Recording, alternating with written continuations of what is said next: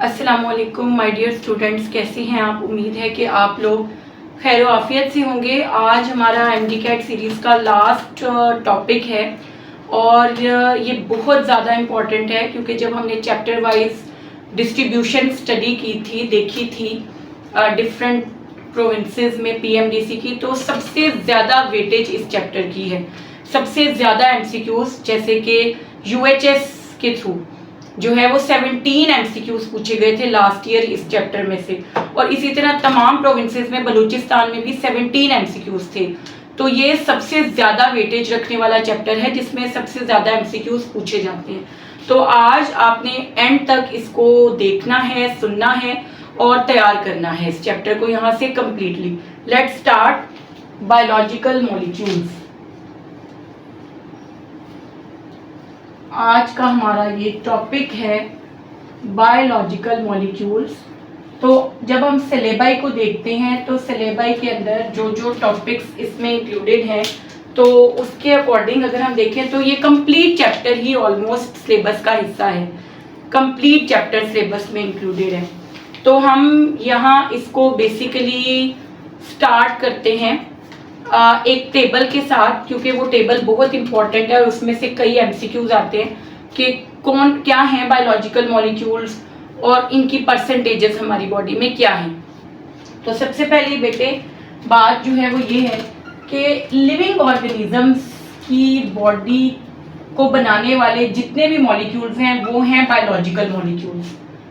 वो मॉलिक्यूल्स जो कि कंस्टिट्यूएंट हैं लिविंग ऑर्गेनिजम्स का, उनको हम क्या बोलते हैं, बायोलॉजिकल मॉलिक्यूल्स। अब अगर आप देखें तो बायोकेमिस्ट्री हमें पता होना चाहिए। बायोकेमिस्ट्री एक ब्रांच है जिसमें हम बेसिकली दो चीज़ों को देखते हैं। एक ये कि लिविंग ऑर्गेनिजम्स की बॉडी में कौन कौन से केमिकल कंपोनेंट्स मौजूद हैं, और दूसरा हम स्टडी करते हैं केमिकल रिएक्शंस को जो कि लिविंग ऑर्गेनिजम्स की बॉडी में होते हैं। तो बायोकेमिस्ट्री वो ब्रांच है जिसमें आप केमिकल कंपोनेंट्स और केमिकल रिएक्शंस को स्टडी करते हैं। तो जब हम केमिकल कंपोनेंट्स की बात कर रहे हैं तो एक्चुअली हम किसके बारे में बात कर रहे हैं, बायोलॉजिकल मॉलिक्यूल्स के बारे में बात कर रहे हैं यहाँ पर। और एक बात जो बहुत इंपॉर्टेंट है वो ये है कि जब तक आपको बेसिक अंडरस्टैंडिंग नहीं होगी बायोकेमिस्ट्री की, तब तक आप किसी भी दूसरी जो ब्रांच है उस पे कमांड हासिल नहीं कर सकते या उसमें एक्सपर्टीज नहीं ले सकते। फॉर एग्जांपल फिजियोलॉजी है या एनाटमी है। एनाटमी में आप इंटरनल ऑर्गन्स के स्ट्रक्चर्स को स्टडी करते हैं। फिजियोलॉजी में आप बॉडी में होने वाले प्रोसेसेस को स्टडी करते हैं जिनकी वजह केमिकल रिएक्शंस होते हैं।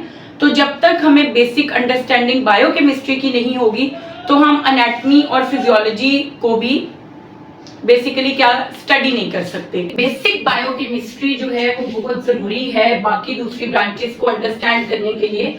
फॉर एग्जांपल एनाटमी और फिजियोलॉजी, जब तक आपको बेसिक अंडरस्टैंडिंग बायोकेमिस्ट्री की नहीं होगी तो आप एनाटमी जिसमें हम इंटरनल ऑर्गन्स के स्ट्रक्चर को स्टडी करते हैं, और फिजियोलॉजी जिसमें हम बॉडी में होने वाले फंक्शंस को स्टडी करते हैं, प्रोसेसेस को स्टडी करते हैं, वो आप नहीं समझ पाएंगे। जब हमें पता होगा हमारी बॉडी में कौन कौन से केमिकल कंपोनेंट्स मौजूद हैं, बॉडी में किस तरीके से केमिकल रिएक्शंस होते हैं, तभी हम समझ पाएंगे कि जब हम ब्रीदिंग का प्रोसेस कर रहे होते हैं तो उसमें जब हम ऑक्सीजन इनहेल करते हैं तो हम एक्सहेल कार्बन डाइऑक्साइड क्यों करते हैं। हम फूड इनटेक करते हैं लार्ज मॉलिक्यूल्स की फॉर्म में, जैसे हम रोटी खाते हैं या प्रोटीन खाते हैं, एग वगैरह, तो वो किस तरीके से ब्रेक डाउन होते हैं और किस तरीके से वो हमारे सेल्स को पहुंचते हैं। तो ये सारी चीजों को अंडरस्टैंड करने के लिए हमें नॉलेज होना बायोकेमिस्ट्री का बहुत जरूरी है।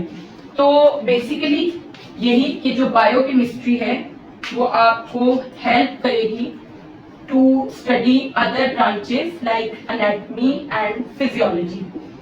अब अगर हम देखें तो हमारी बॉडी में ना बहुत सारे मॉलिक्यूल्स मौजूद होते हैं जो डिफरेंट रोल प्ले करते हैं। इनऑर्गेनिक भी होते हैं, वो ऑर्गेनिक भी होते हैं। तो मेनली अगर आप बायोलॉजिकल मॉलिक्यूल्स को देखें तो वो मॉलिक्यूल्स ऑर्गेनिक भी हो सकते हैं और इनऑर्गेनिक भी। तो हम कंपैरिजन करते हैं डिफरेंट मॉलिक्यूल्स का जो हमारी बॉडी में पाए जाते हैं एक बैक्टीरियल और एक मैमेलियन सेल के दरमियान में। ये एक टेबल है जो कि बहुत इंपॉर्टेंट है और इसमें से एमसीक्यूज पूछे भी जाते रहे हैं और पूछे जाते हैं। तो ये टेबल आपने बहुत अच्छे से मेमोराइज करना है। इसमें हम कंपेयर करेंगे डिफरेंट मॉलिक्यूल्स की परसेंटेजेस को और डिफरेंट मॉलिक्यूल्स को एक बैक्टीरियल और मेमेलियन सेल के अंदर। तो बेटे सबसे पहली बात तो ये कि जो मोस्ट अबंडेंट मॉलिक्यूल होता है किसी भी सेल में, चाहे वो बैक्टीरियल सेल है चाहे वो मेमेलियन सेल है, दैट इज वाटर। ये मोस्ट अबंडेंट मॉलिक्यूल है, ठीक है, इनऑर्गेनिक है नेचर में। तो अगर क्वेश्चन ये पूछा जाए कि कौन सा इनऑर्गेनिक मॉलिक्यूल सबसे अबंडेंट है, तो उसका आंसर वुड बी वाटर। लेकिन क्वेश्चन अगर ये हो कि मोस्ट अबंडेंट मॉलिक्यूल, तो तब भी वाटर है, क्योंकि ऑर्गेनिक या इनऑर्गेनिक मॉलिक्यूल्स जो हमारी बॉडी में मौजूद होते हैं उन सब में अबंडेंट वाटर ही है। तो वाटर को अगर आप देखें तो एवरेज अप्रोक्सीमेटली मेमेलियन और बैक्टीरियल सेल्स दोनों के अंदर 70% वाटर होता है सेल्स में, एवरेज, ठीक है। फिर उसके बाद ये इनऑर्गेनिक मॉलिक्यूल है और ये मोस्ट अबंडेंट है। अगर हम देखें तो ऑर्गेनिक मॉलिक्यूल्स जो हैं वो बेसिक 4 टाइप्स के हैं मेजर, जो कि हमारी बॉडी में मौजूद है। 4 मेजर ऑर्गेनिक मॉलिक्यूल्स हैं। ऑर्गेनिक मॉलिक्यूल्स हम किनको कहते हैं? Which are made up of carbon and its compounds. Carbon compounds जो होते हैं उनको हम क्या बोलते हैं? Basically organic molecules. तो 4 तरह के ऑर्गेनिक मॉलिक्यूल्स हैं जो कार्बन पर मुश्तमिल है, जिनमें कार्बन, हाइड्रोजन और ऑक्सीजन इकट्ठी एक साथ मौजूद होती है। और ब्रीफली हम कार्बन कंपाउंड्स को ऑर्गेनिक कंपाउंड्स कहते हैं, जिनमें कार्बन, हाइड्रोजन और ऑक्सीजन इकट्ठे मौजूद हैं। तो यहाँ पर अगर हम देखें तो प्रोटीन्स हैं अमंग मेजर बायोलॉजिकल मॉलिक्यूल्स जो कि ऑर्गेनिक हैं। प्रोटीन्स हैं, कार्बोहाइड्रेट्स हैं, कार्बोहाइड्रेट्स के बाद लिपिड्स हैं, और फिर क्या है? न्यूक्लिक एसिड्स, जिसमें डीएनए है और जिसमें क्या मौजूद है? आरएनए।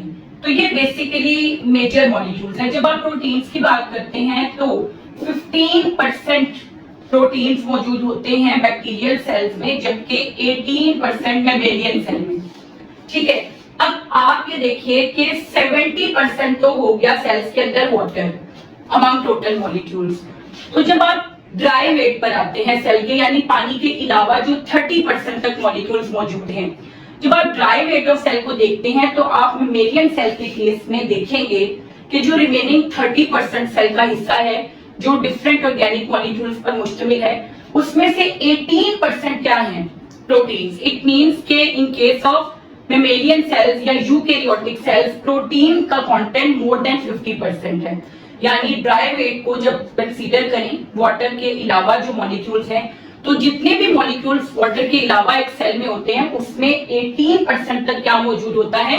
प्रोटीन। यानी मोर देन 50%, अप्रोक्सीमेटली 60% जो ड्राई वेट होता है सेल का वो किस पर मुश्तमिल होता है? वो प्रोटीन्स पर मुश्तमिल होता है।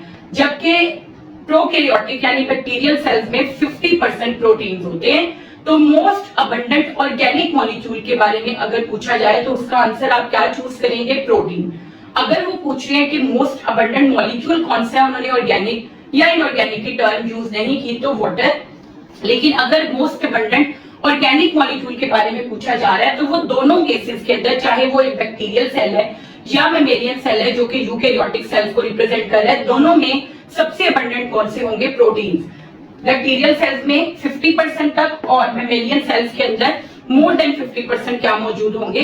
Basically proteins. क्योंकि 70% तो वाटर है, तो रिमेनिंग 30% में से 18% जो है वो सिर्फ प्रोटीन है। इट मींस कि वो मोर देन 50% है। जब हम कार्बोहाइड्रेट्स की बात करते हैं तो बैक्टीरियल सेल के अंदर कार्बोहाइड्रेट्स जो हैं वो 4% और मेमेलियन सेल के अंदर ये बैक्टीरियल सेल के अंदर 3% और जो मेमेलियन सेल है उसके अंदर 4% जो है वो कार्बोहाइड्रेट्स मौजूद होते हैं। मेनली अगर आप देखें तो ग्लाइकोजन की फॉर्म में या स्टार्च की फॉर्म में, सेलुलोज की फॉर्म में। लिपिड्स की बात करें तो लिपिड्स की परसेंटेज जो है वो बैक्टीरियल सेल्स के अंदर है 2% और जो मेमेलियन सेल्स हैं उनके अंदर इट इज 3%।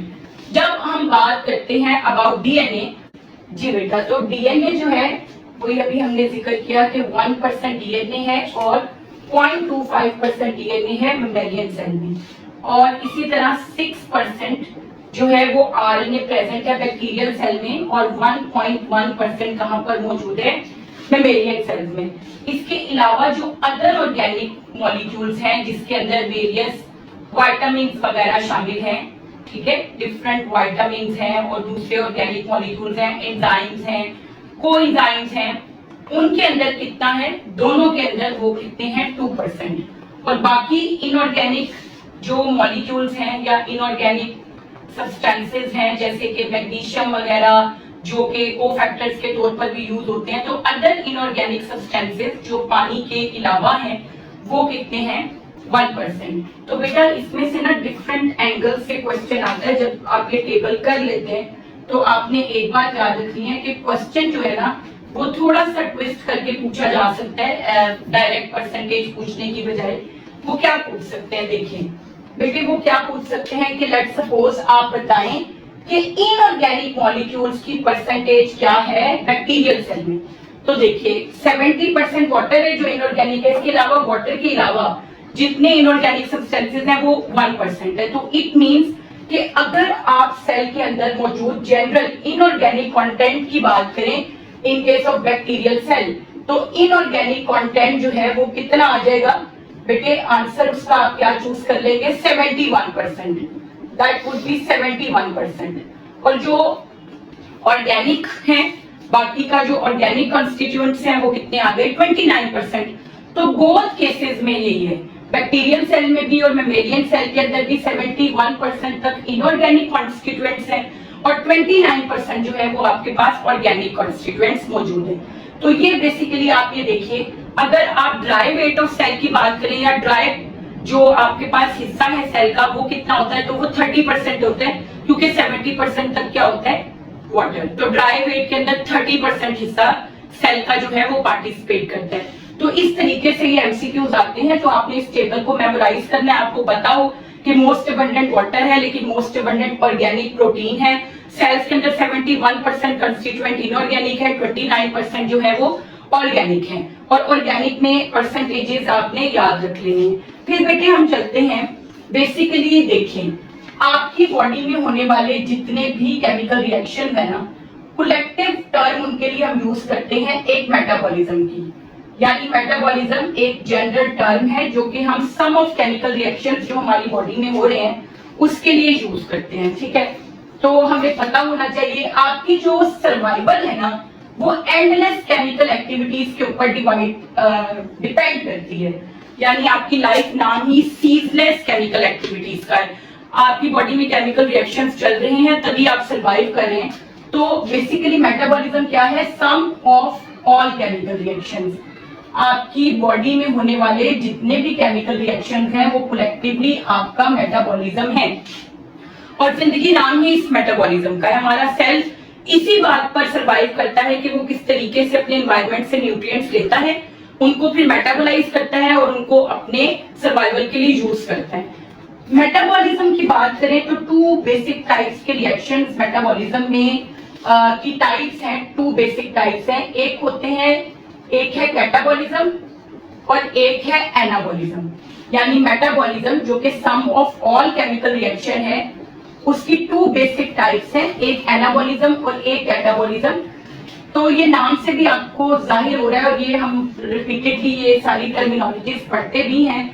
कैटाबॉलिज्म में क्या होता है कि जो लार्जर मॉलिक्यूल्स होते हैं उनको ब्रेक डाउन किया जाता है सिंपलर मॉलिक्यूल्स में, और ये एक्सोथर्मिक रिएक्शंस होते हैं जिनमें large amount of heat release होती है।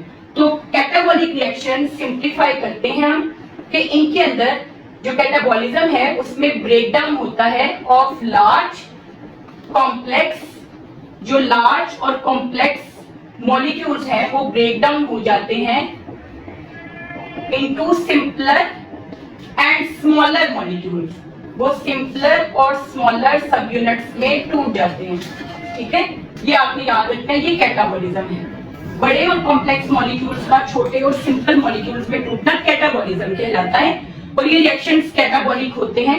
इन रिएक्शंस में क्योंकि बॉन्ड्स टूटते हैं तो energy is released. In reactions के अंदर एनर्जी जो है वो रिलीज होती है और ये रिएक्शंस एक्सोथर्मिक होते हैं, ठीक है। यानी जब एनर्जी रिलीज होगी ऑब्वियसली टेंपरेचर रेज होगा। एनाबॉलिज्म की जब आप बात करते हैं तो ये इसका रिवर्स है। यहाँ पर क्या होता है, जो सिंपल एंड स्मॉल मॉलिक्यूल्स हैं वो आपस में जुड़ते हैं, ठीक है। मॉलिक्यूल्स वो आपस में जुड़ेंगे, ज्वाइन टुगेदर, वो एनाबॉलिक रिएक्शंस में वो आपस में मिलेंगे together to form complex large molecules, वो कॉम्प्लेक्स और लार्ज मॉलिक्यूल्स को बनाएंगे।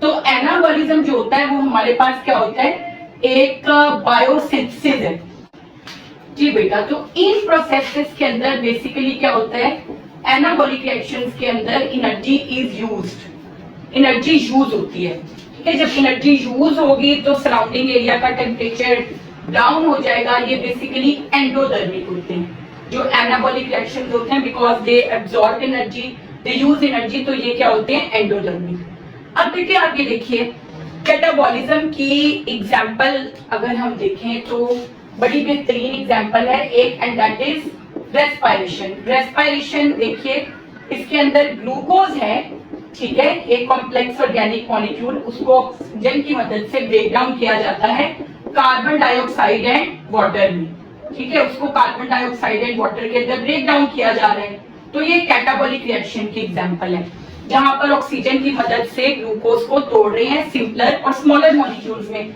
बिल्कुल अगर आप इसका रिवर्स देखें तो जो फोटोसिंथेसिस है, फोटोसिंथेसिस एनाबॉलिक रिएक्शन है जहां पर कार्बन डाइऑक्साइड और वाटर को with the help of solar energy, sunlight की मदद से जो है वो किसमें बेसिकली कन्वर्ट किया जाता है, ग्लूकोज में, और as by product oxygen release होती है। यहाँ पर एटीपी की फॉर्म में बहुत सारी एनर्जी प्रोड्यूस होती है रेस्पिरेशन में, यहाँ पर सोलर एनर्जी यूज होती है।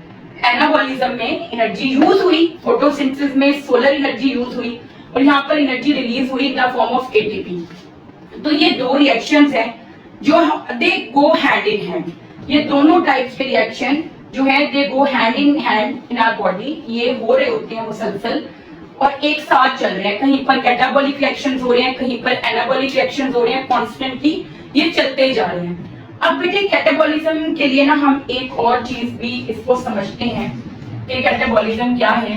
हाइड्रोलिसिस एक टर्म होती है, hydrolysis we should know about this, और एक होती है कंडेंसेशन, एक कंडेंसेशन है जी बेटे। तो जब आप हाइड्रोलिसिस की बात करते हैं तो hydro means water and lysis means splitting. Hydrolysis में ये किया जाता है कि वही अगेन बात कैटाबॉलिज्म वाली कि लार्जर मॉलिक्यूल्स को ब्रेक डाउन किया जाता है स्मॉलर मॉलिक्यूल्स में with the help of water, ठीक है। जो हाइड्रोलिसिस होती है ना उसको हम बेसिकली मोनोमराइजेशन भी बोलते हैं, it is also known as monomerization, इसका नाम मोनोमराइजेशन भी है। क्यों?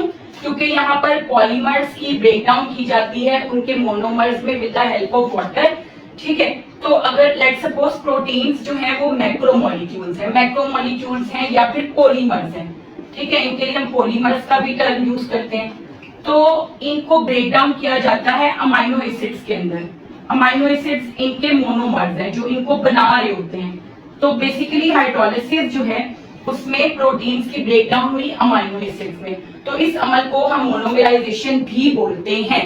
तो सिंपली बेटे देखिए ये हमेशा किसकी मदद से होता है, वाटर की मदद से। इसी तरह लेट्स सपोज स्टार्च है, स्टार्च अगेन पॉलीमर है ग्लूकोज का, तो स्टार्च को भी क्या किया जाता है, ब्रेक डाउन किया जाता है ग्लूकोज मोनोमर्स में।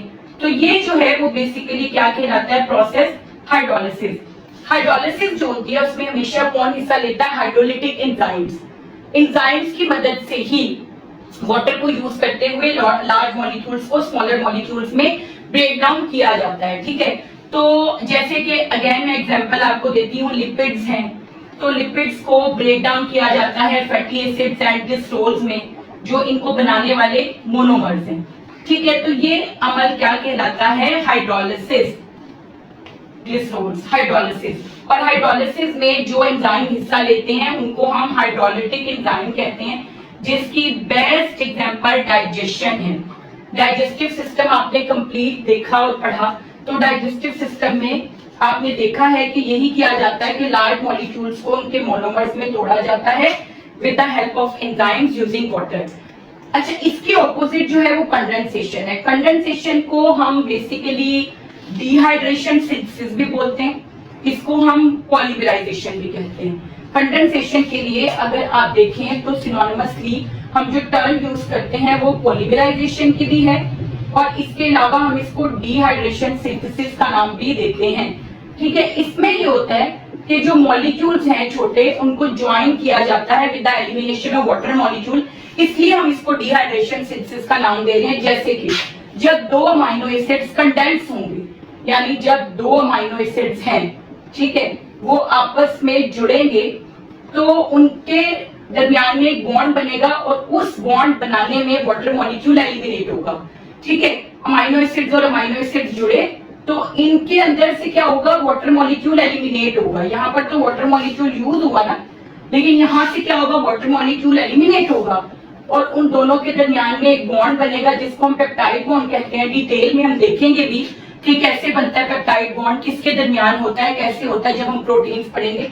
तो एक डाइपेप्टाइड बन जाता है। डाइपेप्टाइड का क्या मतलब होता है, दो अमीनो एसिड्स को हम कलेक्टिवली डाइपेप्टाइड बोलते हैं। इसी तरह जब बहुत सारे अमीनो एसिड्स आपस में जुड़ते जाते हैं वाटर मॉलिक्यूल की एलिमिनेशन से, तो वो अल्टीमेटली क्या बना देते हैं, पॉलीपेप्टाइड्स, ठीक है, जिनको हम प्रोटीन बोलते हैं। तो ये जो प्रोसेस है वो क्या कहलाता है, कंडेंसेशन। देखिए यहाँ पर अमीनो एसिड्स क्या है, मोनोमर्स हैं, और वो जब आपस में जुड़ रहे हैं तो वो पॉलीमर बना रहे हैं, जो कि क्या है हमारे पास, एक प्रोटीन या पॉलीपेप्टाइड्स। तो ये वाला अमल जो है वो क्या कहलाता है, कंडेंसेशन, जिसमें monomers join together to form polymers, और इस प्रोसेस के दौरान क्या होता है, वाटर मॉलिक्यूल होता है एलिमिनेट। तो ये दो प्रोसेसेस हैं जो कि याद रखना बहुत जरूरी है बेटा, कैटाबॉलिज्म एंड एनाबॉलिज्म। अब हम मूव करते हैं टुवर्ड्स द डिटेल ऑफ, अब हमने इस चैप्टर में ना डिटेल में ये स्टडी करना है, ये जो आपने बायोलॉजिकल मॉलिक्यूल्स के नाम पढ़े हैं ना, कि वाटर है, प्रोटीन, कार्ब्स हैं, लिपिड्स हैं, न्यूक्लिक एसिड्स हैं, डीएनए और आरएनए, अब हमने इन्हीं को वन बाय वन डिटेल में डिस्कस करना है। बहुत ही क्लियर रखिएगा। अब नेक्स्ट हम क्या करेंगे, वाटर को डिटेल में डिस्कस करेंगे कि वाटर की क्या ऐसी प्रॉपर्टीज हैं कि वाटर 70% तक सेल्स में मौजूद है, मोस्ट अबंडेंट भी है, मोस्ट इंपॉर्टेंट भी है।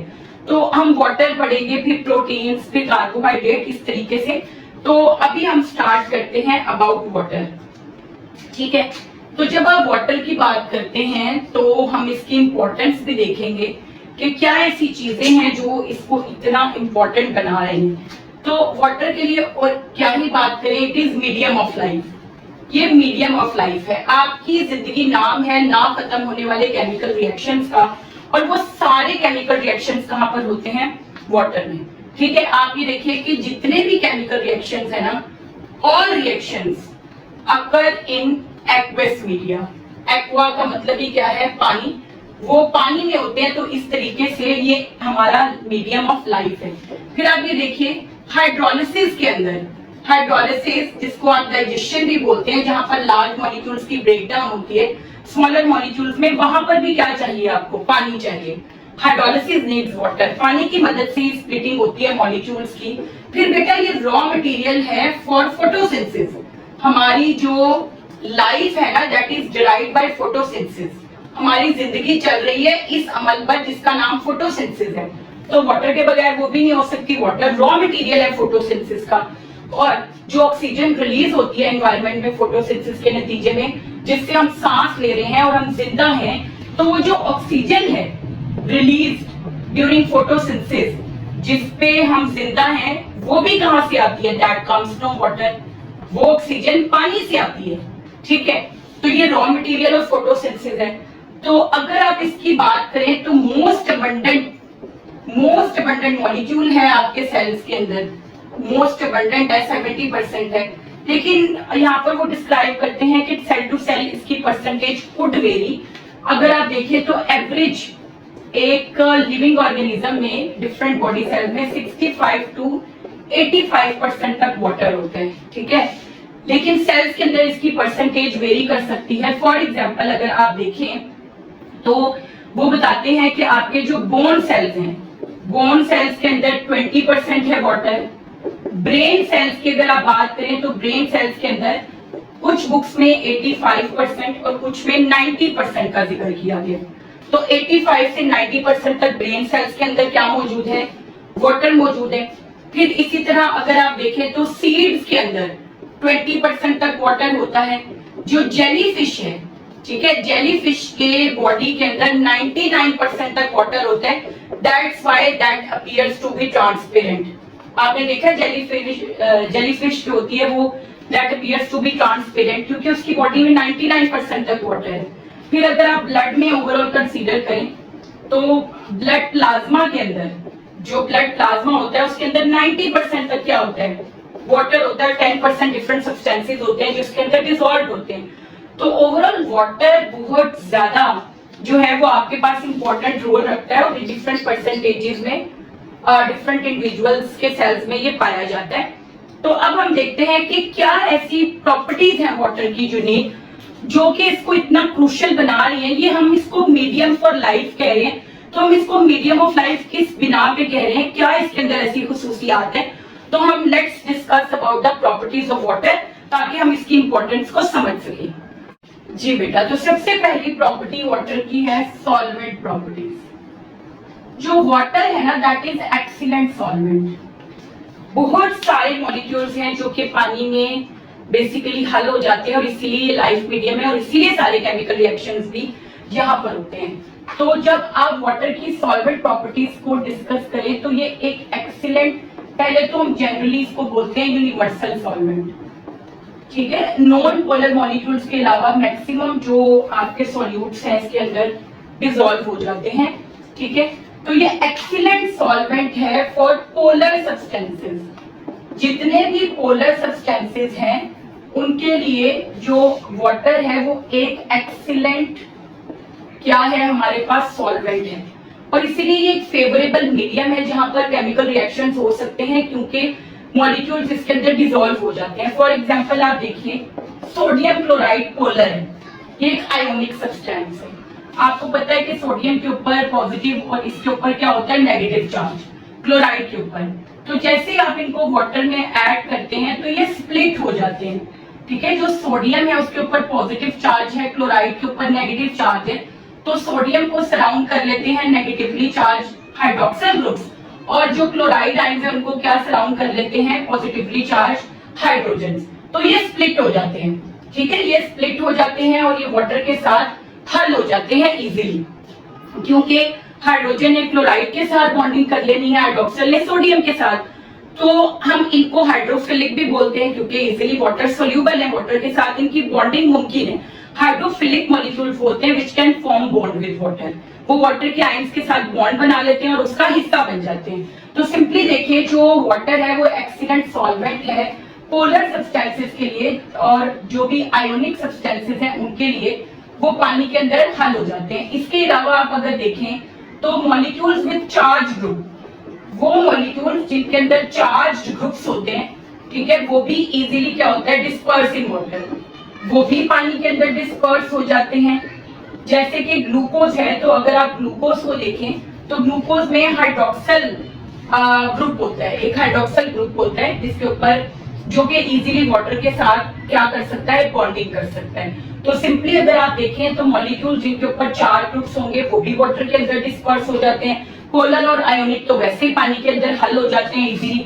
फिर उसके अलावा जो नॉन पोलर सब्सटेंसेस होते हैं ना, नॉन पोलर वो है जिनके पास कोई चार्ज ही नहीं है, जिनके ऊपर ना कोई पॉजिटिव चार्ज है ना कोई चार्ज ग्रुप है, तो वो वाटर के साथ अट्रैक्ट कर ही नहीं पाते। अगर आप उनको पानी में डालेंगे तो वो अलग ही हो जाएंगे बिल्कुल पानी से क्योंकि उनके पास कोई चार्ज ही नहीं है जिससे वो कोई बॉन्डिंग कर सके। तो जो नॉन पोलर होते हैं आपके पास सब्सटेंसेस वो क्या होते हैं आर वाटर इनसोल्यूबल। और आप देखेंगे कि ये प्रॉपर्टी भी इतनी इंपॉर्टेंट है पानी की कि नॉन पोलर मॉलिक्यूल उसके अंदर सोल्यूबल नहीं है। तो वाटर एक्सीलेंट सॉल्वेंट है आयोनिक सब्सटेंसेस या पोलर के लिए, उन मॉलिक्यूल्स के लिए जो चार्ज ग्रुप्स रखते हैं, नॉन पोलर इसके अंदर इनसोल्यूबल होते हैं। अब इस सारी प्रॉपर्टीज का ये जो पानी की हमने पढ़ी हमें क्या फायदा है, तो उसका फायदा ये है, इसका बेनिफिट अगर आप देखें या पानी की इस प्रॉपर्टी का एडवांटेज अगर देखें तो वो क्या है, तो बेटे वो ये है कि वाटर फेवरेबल मीडियम है फॉर केमिकल रिएक्शंस। पानी एक बहुत ही फेवरेबल मीडियम है जहां पर मॉलिक्यूल्स आकर मिक्स हो सकते हैं, आयोनिक फॉर्म में स्प्लिट हो सकते हैं, रिएक्शन इजीली हो सकता है। तो यही वो वजह है कि जितने भी केमिकल रिएक्शंस है वो पानी के अंदर होते हैं। यहाँ पर वो कांस्टेंट मूवमेंट कर सकते हैं मॉलिक्यूल्स आयोनिक फॉर्म के अंदर, और वो एक दूसरे के साथ कोलाइड कर सकते हैं। तो वाटर एक फेवरेबल मीडियम है फॉर द केमिकल रिएक्शंस। फिर बेटे एक प्रॉपर्टी आती है पानी की, हाइड्रोफोबिक एक्सक्लूजन्स। तो जब आप हाइड्रोफोबिक एक्सक्लूजन्स की बात करते हैं तो ये बात हमने ऊपर ही पढ़ी है। हाइड्रोफोबिक एक्सक्लूजन्स की अगर हम बात करें तो सिंपली बेटा आप ये देखिए कि जो नॉन पोलर मॉलिक्यूल्स है ना वो वाटर इनसोल्यूबल है, वो वाटर इनसोल्यूबल है। तो जैसे आप उनको वाटर में ऐड करते हैं ना तो वो खुद को पानी से एक्सक्लूड कर लेते हैं, क्योंकि उनके ऊपर कोई चार्ज ही नहीं है जिसके थ्रू वो वाटर के किसी आयन के साथ अट्रैक्ट हो सके। तो जब आप पानी में नॉन पोलर सब्सटेंसेस को ऐड करेंगे ना तो वो क्या होगा, वो सिंपली एक्सक्लूड हो जाएंगे। वो पानी से खुद को अलग करने के लिए आपस में क्या करना शुरू कर देंगे, बॉन्डिंग करना शुरू कर देंगे। फॉर एग्जांपल अगर आप ऑयल के कुछ ड्रॉप्स पानी में डालें तो आपको वो जो ऑयल के ड्रॉप्स है ना वो इस तरीके से यूं आपस में इकट्ठे हुए इस तरह ड्रॉपलेट्स बना के पानी की सरफेस के ऊपर तैरते हुए दिखाई देंगे। क्योंकि लिपिड्स की डेंसिटी पानी से कम होती है, इस वजह से वो उसके ऊपर सरफेस पे आ जाते हैं और वो नॉन पोलर है, पानी में हल नहीं हो पाते, जिसकी वजह से वो आपस में क्या कर लेते हैं, बॉन्डिंग। तो बेटे ये जो नॉन पोलर सब्सटेंसेस का वाटर में इनसोल्यूबल होना है ना, इसका अगर आप अपने लिए एडवांटेज देखें तो वो क्या है कि ये जो लिपिड बायलेयर होती है ना सेल मेम्ब्रेन की, वो इसी तरह बनती है। लिपिड बायलेयर और सेल मेम्ब्रेन जो है वो हाइड्रोफोबिक एक्सक्लूजन्स की ही वजह से बनती है, क्योंकि लिपिड्स वाटर में हल नहीं होते। तो ये जो फॉस्फोलिपिड्स होते हैं उनके अंदर ये होता है कि उनका जो हेड होता है वो हाइड्रोफिलिक होता है और टेल्स जो होती हैं वो हाइड्रोफोबिक होती हैं।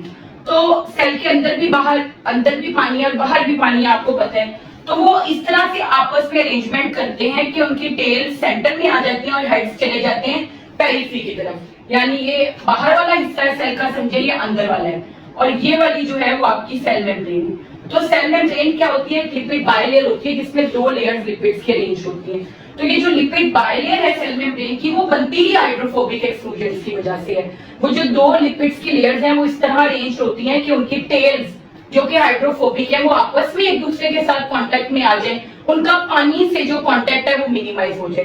तो इस तरह एक बायलेयर बन जाती है जो सेल मेम्ब्रेन बनाती है, ठीक है।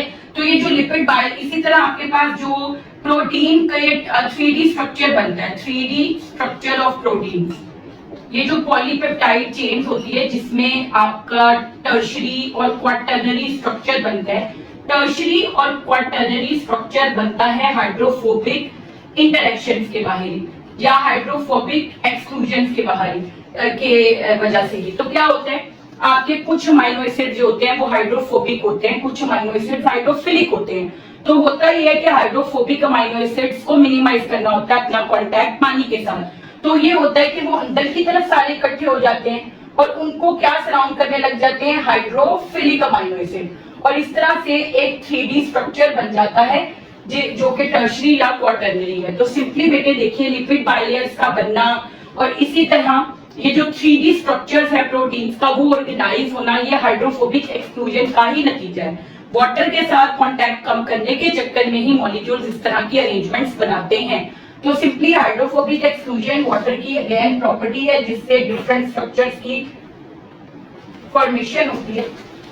फिर बेटा आप ये देखिए वाटर की प्रॉपर्टी आती है cohesion and tension. Cohesion and adhesion, tension तो उससे क्रिएट हो जाती है।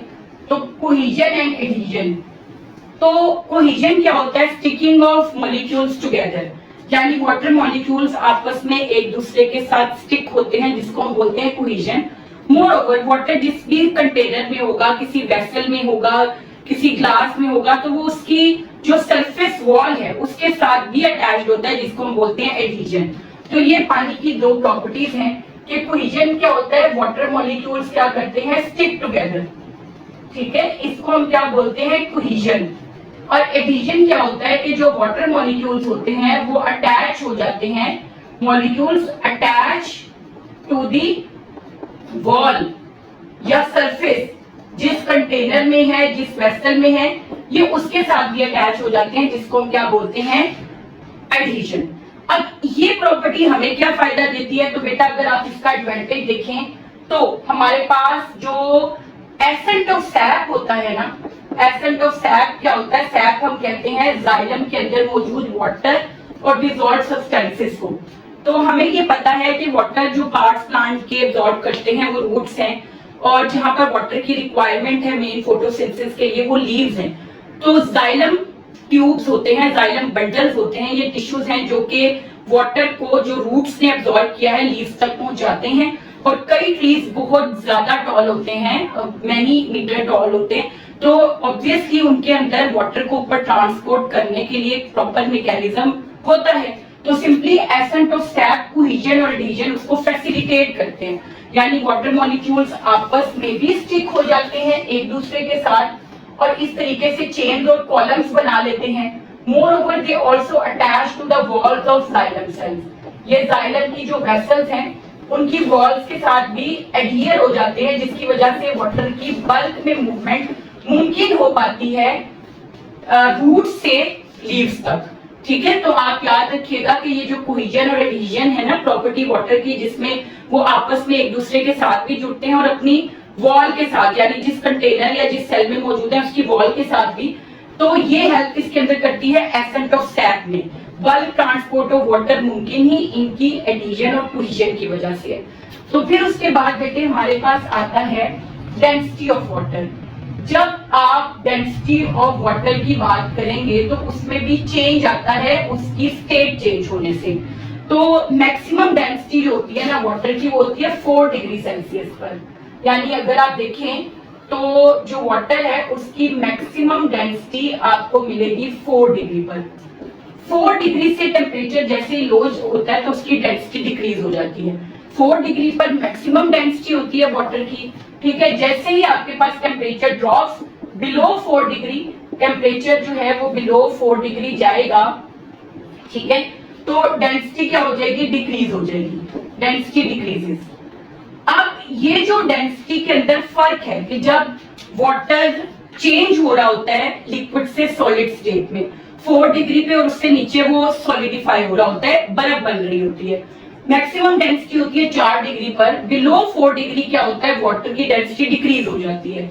इसका रीजन क्या होता है, अगर हम देखें कि वाटर की डेंसिटी क्यों डिक्रीज होती है, तो एक्सपेंशन ऑफ हाइड्रोजन बॉन्ड्स। जो हाइड्रोजन बॉन्ड्स होते हैं वो बेसिकली आपके पास क्या हो जाते हैं, एक्सपैंड हो जाते हैं, जिसकी वजह से डेंसिटी डिक्रीजेस। जब हमारे पास हाइड्रोजन बॉन्ड एक्सपैंड होने लगते हैं, जब बर्फ बन रही होती है पानी से, तो उसकी डेंसिटी डिक्रीज होती है।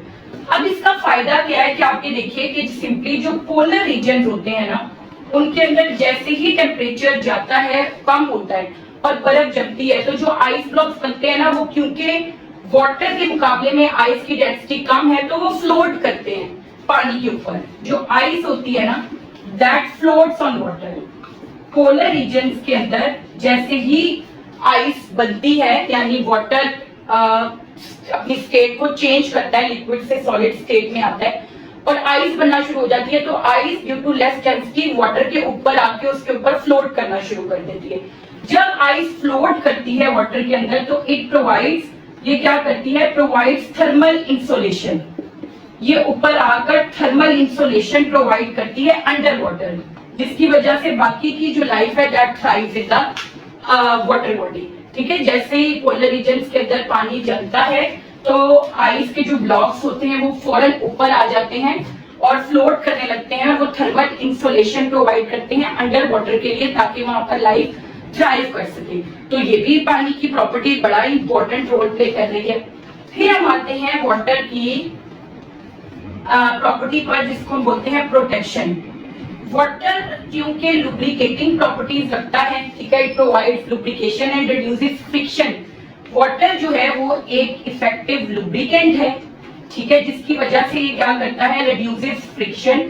ये फ्रिक्शन को रिड्यूस कर देता है, ठीक है, और प्रिवेंट्स एब्रेसिव डैमेज। और ये जो एब्रेसिव यानी कि डिहाइड्रेशन की वजह से जो नुकसान पहुंच सकता है किसी भी सरफेस को, ये उसको भी रोकता है। तो इसकी वजह से ये बड़ा इंपॉर्टेंट रोल प्ले करता है। हमारी बॉडी में जितने भी इंटरनल ऑर्गन्स हैं उनमें वाटर मौजूद होता है, जिसका कुशनिंग इफेक्ट है। ठीक है, जो उनको प्रोटेक्ट करता है। फॉर एग्जाम्पल आप देखिए CSF है ब्रेन के अंदर वेंट्रिकल्स में, जो कि प्रोटेक्शन प्रोवाइड करता है अगेंस्ट बम्प्स एंड जोल्ट्स। इसी तरह हमारे पास साइनोवियल फ्लूइड होता है साइनोवियल ज्वाइंट्स के अंदर, ठीक है, जो कि फ्रिक्शन को रिड्यूस करता है अगेंस्ट देयर मूवमेंट और उनकी मूवमेंट को मुमकिन बनाता है। फिर इसी तरह आपके देखिए पेरिकार्डियल फ्लूइड है या फिर प्लूरल फ्लूइड है। पेरिकार्डियल फ्लूइड जो होता है वो बेसिकली कहाँ पर मौजूद होता है, पेरिकार्डियम में। हार्ट की जो बाउंड्री होती है जो कि प्रोटेक्ट करती है हार्ट को, वो एक डबल मेम्ब्रेनस सैक होता है। हमने इसको डिटेल में पढ़ा भी है सर्कुलेटरी सिस्टम वाले चैप्टर में। तो उनके इन दोनों लेयर्स के दरमियान में क्या खड़ा होता है, पेरिकार्डियल फ्लूइड, जो कि फ्रिक्शन को रिड्यूस करता है। इसी तरह प्लूरल फ्लूइड जो होता है वो प्लूरल मेम्ब्रेन्स के दरमियान में होता है, जो कि लंग्स को सराउंड करती हैं। लंग्स की जो प्लूरा है, दो मेम्ब्रेन होती हैं उनके दरमियान में, ये भी लंग्स की जो एक्सपेंशन और जो कॉन्ट्रैक्शन होती है उसके अगेंस्ट फ्रिक्शन को रिड्यूस करता है। लैक्रिमल ग्लैंड्स होते हैं जो कि टीयर्स बेसिकली कॉज करते हैं, और जो टीयर्स होते हैं वो किसको प्रोटेक्ट करते हैं, वो हमारे आईज को प्रोटेक्ट करते हैं। तो वाटर जो है that plays important role in the protection of internal organs. Moreover ये उनकी फंक्शनिंग को स्मूदन करता है ड्यू टू इफेक्टिव लुब्रिकेंट। फिर बेटे आप ये देखिए वाटर की हीट कैपेसिटी। जब हम वाटर की हीट कैपेसिटी का जिक्र करते हैं तो वाटर की हीट कैपेसिटी बहुत ज्यादा होती है। हीट कैपेसिटी क्या होती है कि जितनी हीट वाटर एब्जॉर्ब कर सकता है विदाउट लेटिंग इट्स टेम्परेचर चेंज। पानी अपने टेम्परेचर में चेंज लाए बगैर जितनी हीट एब्जॉर्ब कर सकता है उसको हम क्या बोलते हैं, हीट कैपेसिटी। और वाटर का टेम्परेचर बढ़ाने के लिए बहुत सारी एनर्जी रिक्वायर्ड होती है। तो सिंपली अगर आप हीट कैपेसिटी की बात करते हैं तो यहाँ पर क्या होता है, ये वो हीट है, हीट एब्जॉर्ब्ड बाय वाटर। ये वो हीट है जो कि पानी एब्जॉर्ब कर सकता है without change in its temperature, ठीक है, अपने टेम्परेचर में चेंज लाने दिए बगैर जो वो कॉज कर सकता है, एब्जॉर्ब कर सकता है हीट को, वो हीट कैपेसिटी है। यानी अगर आपने वाटर के टेम्परेचर को 15 से 16 डिग्री सेल्सियस पर लाना है, 1 डिग्री बढ़ाना है, तो इसके लिए आपको 1.0 किलो कैलोरीज एनर्जी की इन्वेस्ट करना पड़ेगी।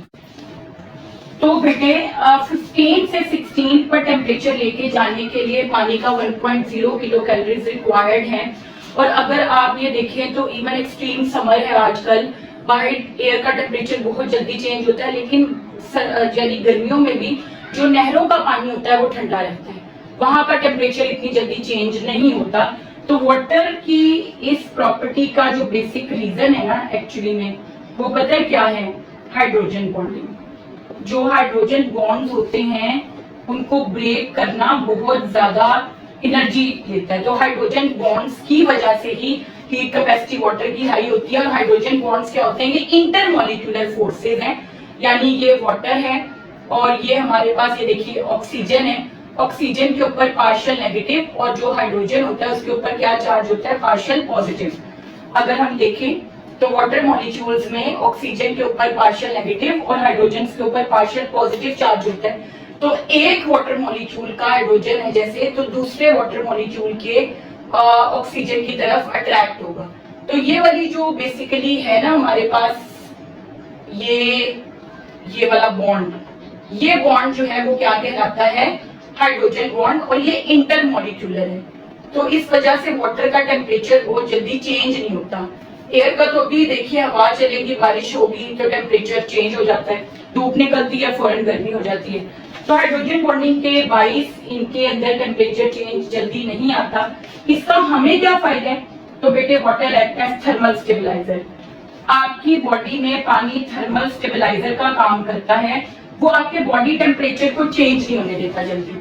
हमारा जो बॉडी टेम्परेचर है उसका 37 डिग्री सेल्सियस पर स्टेबलाइज रहना, that is due to water. के जो भी हीट हम एनवायरनमेंट से एब्जॉर्ब करते हैं वो सारी हमारे वाटर मॉलिक्यूल्स एब्जॉर्ब कर लेते हैं और वो बॉडी के टेम्परेचर को चेंज नहीं होने देते। तो वाटर की जो हाई हीट कैपेसिटी है उसका हमें फायदा ये है कि वाटर हमारी बॉडी में थर्मल स्टेबलाइजर का रोल प्ले करता है। फिर बेटे आपके देखिए कि नेक्स्ट हम बात करते हैं about heat of vaporisation.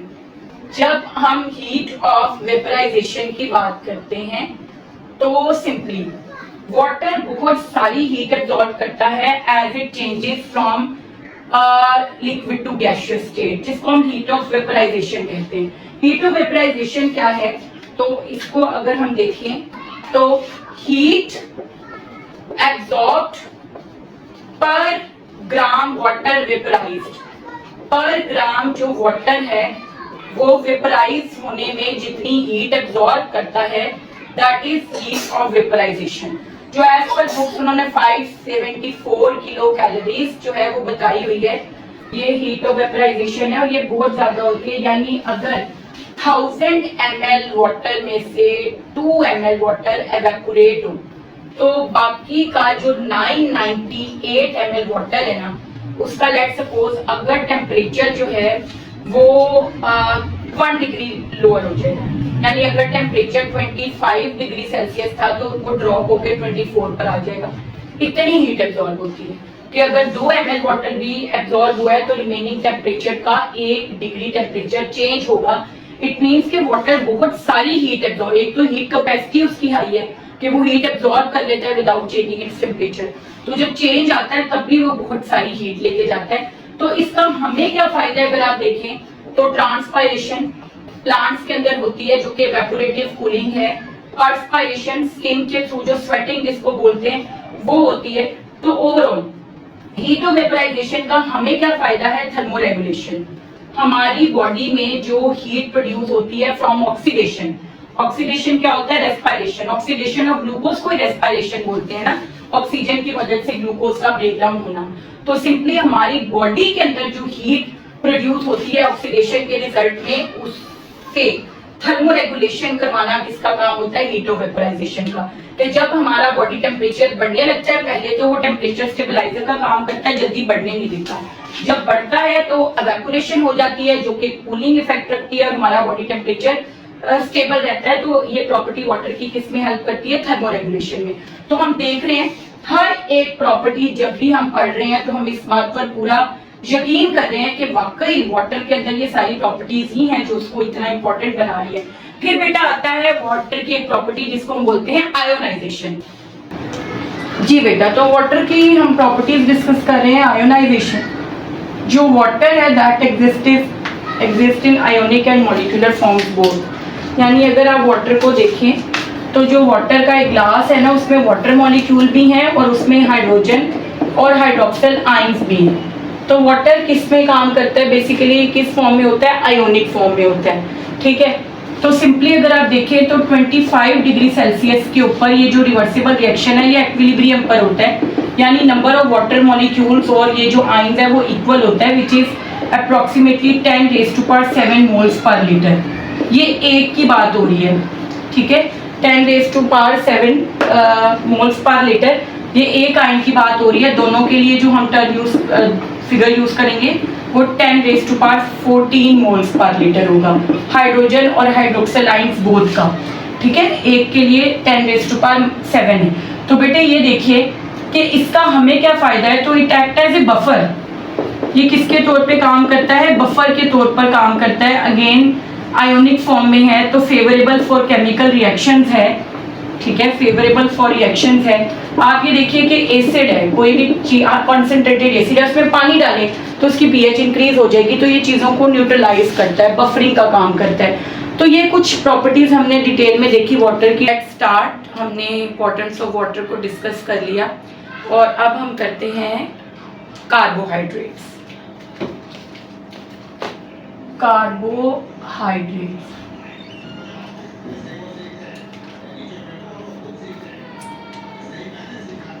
When we talk about carbohydrates, तो कार्बोहाइड्रेट्स का लफ्जी मायने है हाइड्रेटेड कार्बन्स। ठीक है, अगर आप कार्बोहाइड्रेट्स का लफ्जी मायने देखेंगे तो वो है हाइड्रेटेड कार्बन्स। ठीक है, कार्बोहाइड्रेट्स मीन हाइड्रेटेड कार्बन। अब बेसिकली अगर हम इनको केमिकली डिफाइन करें तो ये क्या है, ये बेसिकली पॉलीहाइड्रोक्सी एल्डिहाइड्स या कीटोन्स हैं। ठीक है, दे आर पॉलीहाइड्रोक्सी एल्डिहाइड्स और कीटोन्स या ये ऐसे सब्सटेंसेस हैं which upon hydrolysis yield aldehydes and ketones. ठीक है, जब इनको हाइड्रोलाइज किया जाए या इनकी ब्रेकडाउन की जाए तो इनसे जो मोनोमर्स बनते हैं वो पॉलीहाइड्रोक्सी एल्डिहाइड्स या कीटोन्स होते हैं, या फिर हम ये कह सकते हैं ये पॉलीहाइड्रोक्सी एल्डिहाइड्स और कीटोन्स के पॉलीमर्स हैं। यानी सिंप्लीफाइड इनके मोनोमर्स पॉलीहाइड्रोक्सी एल्डिहाइड्स या कीटोन्स है। ठीक है, और ये बेसिकली जो कार्बोहाइड्रेट्स होते हैं मोस्टली उनके पॉलीमर्स होते हैं। अगर हम देखें कार्बोहाइड्रेट्स को तो सिंपली इनका जो केमिकल फॉर्मूला या जनरल फॉर्मूला है दैट इज CxH2OY, ये ना इनका जनरल फॉर्मूला है। जहां पर अगर आप देखें हाइड्रोजन और जो ऑक्सीजन की रेशियो होती है ना, हाइड्रोजन और ऑक्सीजन जो मौजूद है उनकी जो रेशियो है दैट इज 2:1, बिल्कुल वैसे ही जैसे वाटर में होती है। यानी वाटर में जो रेशियो है हाइड्रोजन और ऑक्सीजन की वही रेशियो कार्बोहाइड्रेट्स में होती है। इसका मतलब ये है कि हाइड्रोजन का नंबर हमेशा डबल होगा ऑक्सीजन के मुकाबले में। ठीक है, अगर हाइड्रोजन 4 हैं तो ऑक्सीजन 2 होंगे, अगर हाइड्रोजन 6 हैं तो ऑक्सीजन 3 होंगे। ठीक है, तो ये हमारे पास बात है। ठीक है, जो रेशियो होगी वो हमेशा क्या होगी 2:1। फिर अगर आप इनका रोल देखें कि जो कार्बोहाइड्रेट्स हैं, रोल से पहले बल्कि हम इनका सोर्स देखते हैं या इनकी प्रेजेंस देखते हैं, तो बेसिकली कॉटन है, पेपर है, ओक। अगर हम देखें कि नेचुरल अकरेंस क्या है इनकी, जो कार्बोहाइड्रेट्स हैं वो कहाँ पर मौजूद होते हैं, जब आप इनकी अकरेंस की बात करते हैं तो सिंपली वुड जो है वो कार्बोहाइड्रेट्स हैं, कॉटन, पेपर, फिर इसी तरह जो ट्यूबर्स हैं उसके अंदर स्टार्चेस होती हैं वो कार्बोहाइड्रेट्स हैं, stem tubers, potato tubers, grains, cereals, ये सारी चीजें हैं जिनमें कार्बोहाइड्रेट्स मौजूद होते हैं वेरियस फॉर्म्स में। ठीक है, तो wood, cotton, paper, tubers, grains, cereals, ये सारे वो बेसिकली कंपोनेंट्स हैं जिनमें कार्बोहाइड्रेट्स मौजूद होते हैं और ये सोर्स भी है हमारे लिए कार्बोहाइड्रेट्स का। फिर बेटे आप ये देखिए कि अगर हम इनका रोल देखें कि रोल क्या है, तो इनका रोल जो है वो बॉडी में स्ट्रक्चरल भी है और फंक्शनल भी है। रोल स्ट्रक्चरल भी होगा और फंक्शनल भी होगा। अगर आप स्ट्रक्चरल रोल देखें तो जैसे सेलुलोज है वो सेल वॉल बनाता है। ठीक है, सेलुलोज प्रेजेंट होता है बैक्टीरियल सेल वॉल्स के अंदर। इसी तरह जो है कुछ कार्बोहाइड्रेट्स मौजूद होते हैं बैक्टीरियल सेल वॉल्स के अंदर। तो इस तरह ये स्ट्रक्चरल रोल भी रखते हैं, जैसे इंपॉर्टेंट कंस्टिट्यूएंट है सेल वॉल का। कुछ कार्बोहाइड्रेट सेल मेम्ब्रेन के अंदर भी मौजूद होते हैं। ठीक है, और इनका फंक्शनल रोल भी है। They are source of energy, ये सोर्स ऑफ एनर्जी हैं। और मेनली एक ग्लूकोज जो टाइप है कार्बोहाइड्रेट की वो हमारा प्राइमरी सोर्स ऑफ एनर्जी है। तो ये सोर्स ऑफ एनर्जी भी है, तो इनका रोल स्ट्रक्चरल भी है और फंक्शनल भी है। बहुत सारे सेलुलर पार्ट्स हैं जो कार्बोहाइड्रेट्स जिनके अंदर मौजूद है और इसी तरह सोर्स ऑफ एनर्जी हैं मेटाबॉलिज्म के लिए। इनसे नए मॉलिक्यूल्स बिल्ड होते हैं, प्रोटीन्स बनते हैं, फैट्स बनते हैं इन्हीं से। फिर बेटे याद रखिएगा ये कॉन्जुगेटेड मॉलिक्यूल्स भी बनाते हैं, दे मेक कॉन्जुगेटेड मॉलिक्यूल्स। ये जो कार्बोहाइड्रेट्स हैं वो क्या कर सकते हैं, दे ज्वाइन विद प्रोटीन्स, ये प्रोटीन्स के साथ मिलते हैं और क्या बनाते हैं, ग्लाइकोप्रोटीन्स। इसी तरह ये जो कार्बोहाइड्रेट्स हैं ये बेसिकली किसके साथ मिलते हैं, लिपिड्स के साथ मिलते हैं और क्या बनाते हैं, ग्लाइकोलिपिड्स। और अगर आप देखें तो ये जो ग्लाइकोप्रोटीन्स और ग्लाइकोलिपिड्स है ना, ये बहुत इंपॉर्टेंट रोल प्ले करते हैं। ये सेल सरफेस मार्कर्स होते हैं, ये सेल का ब्रांड होते हैं, ये सेल का साइन बोर्ड होते हैं। ठीक है, याद रखिएगा कि कलेक्टिवली ये जो ग्लाइकोप्रोटीन्स और ग्लाइकोलिपिड्स हैं इनका रोल बहुत इंपॉर्टेंट है। ये दोनों ही क्या होते हैं, ये दोनों कलेक्टिवली ग्लाइकोकेलिक्स कहलाते हैं। ये कलेक्टिवली ग्लाइकोकेलिक्स हैं। ठीक है, और हम इनको कहते हैं सेल सरफेस मार्कर। ये प्लाज्मा मेम्ब्रेन की सरफेस पर होते हैं और सेल की टाइप को डिटरमिन करते हैं। ठीक है, तो ये सारे कार्बोहाइड्रेट्स ही हैं। अब अगर हम देखें कि कार्बोहाइड्रेट्स का क्या टाइप्स हैं, ठीक है, फिर इंडिविजुअली हम उन टाइप्स को भी डिस्कस करेंगे। तो जब आप इनकी टाइप्स की बात करते हैं तो कार्बोहाइड्रेट्स की 3 मेजर टाइप्स हैं। Let's discuss about its major types. ये हम डिस्कस करते हैं टाइप्स को, कि कार्बोहाइड्रेट्स की टाइप्स कौन सी हैं। तो बेटा आप ये देखें कि टाइप्स जब देखते हैं तो सबसे पहले इसके अंदर है मोनोसेकेराइड्स। जो सेकरोन वर्ड है ना, वो बेसिकली उसका मतलब होता है शुगर, तो ये शुगर्स भी कहलाते हैं। इनके 3 टाइप्स हैं, मोनोसेकेराइड्स, ओलिगोसेकेराइड्स एंड पॉलीसेकेराइड्स। ठीक है, ये 3 मेन टाइप्स हैं कार्बोहाइड्रेट्स की। अगर हम जनरली कुछ इनकी प्रॉपर्टीज को डिस्कस करना चाहें, ये जो मोनोसेकेराइड्स हैं, ओलिगोसेकेराइड्स हैं, तो बेसिकली सबसे पहले लेट्स सपोज कि हम डिस्कस करते हैं कि इनका टेस्ट क्या हो सकता है, इनकी सॉल्युबिलिटी क्या है वाटर के अंदर, सॉल्युबिलिटी क्या है, इनका जनरल फॉर्मूला क्या है, ठीक है, हाइड्रोलिसिस इनके अंदर होती है या नहीं होती, इनकी जो क्लासिफिकेशन है वो हम किस बेस पर करते हैं, ठीक है। तो जनरली हम ये कुछ बातें डिस्कस करते हैं। तो सबसे पहले जब आप टेस्ट की बात करते हैं तो मोनोसेकेराइड्स जो हैं they are sweet in taste, ये बहुत ज़्यादा स्वीट होते हैं टेस्ट के अंदर, ठीक है। मोनोसेकेराइड्स की बात करें तो टेस्ट में बहुत स्वीट है। ओलिगोसेकेराइड भी स्वीट है but less than monosaccharides. Monosaccharides के मुकाबले में ये लेस स्वीट है बट स्वीट है। और जो पॉलीसेकेराइड्स होते हैं दे आर टेस्टलेस, ये टेस्टलेस होते हैं। जब हम सॉल्युबिलिटी की बात करते हैं, सॉल्युबिलिटी के अंदर मोनोसेकेराइड जो होते हैं they are highly soluble in water, ये बहुत जल्दी वाटर के अंदर हल हो जाते हैं, हाईली सॉल्युबल। लेकिन जब आप बात करते हैं ओलिगोसेकेराइड्स की तो दे आर लेस सॉल्युबल, इनकी सॉल्युबिलिटी, ये सॉल्युबल हैं लेकिन इनकी सॉल्युबिलिटी ओलिगोसेकेराइड्स की मोनोसेकेराइड्स के मुकाबले में कम है। जब आप पॉलीसेकेराइड्स की बात करते हैं तो they are insoluble, highly insoluble.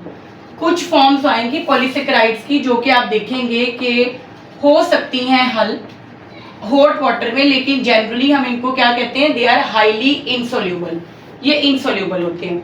General formula अगर आप इनका देखें मोनोसेकेराइड्स का तो हमें बेसिकली पता ही है कि इनका जनरल फॉर्मूला यही है CnH2ON। N रिप्रेजेंट करता है कार्बन नंबर को और वाटर मॉलिक्यूल रिप्रेजेंट करता है वाटर मॉलिक्यूल्स के नंबर को।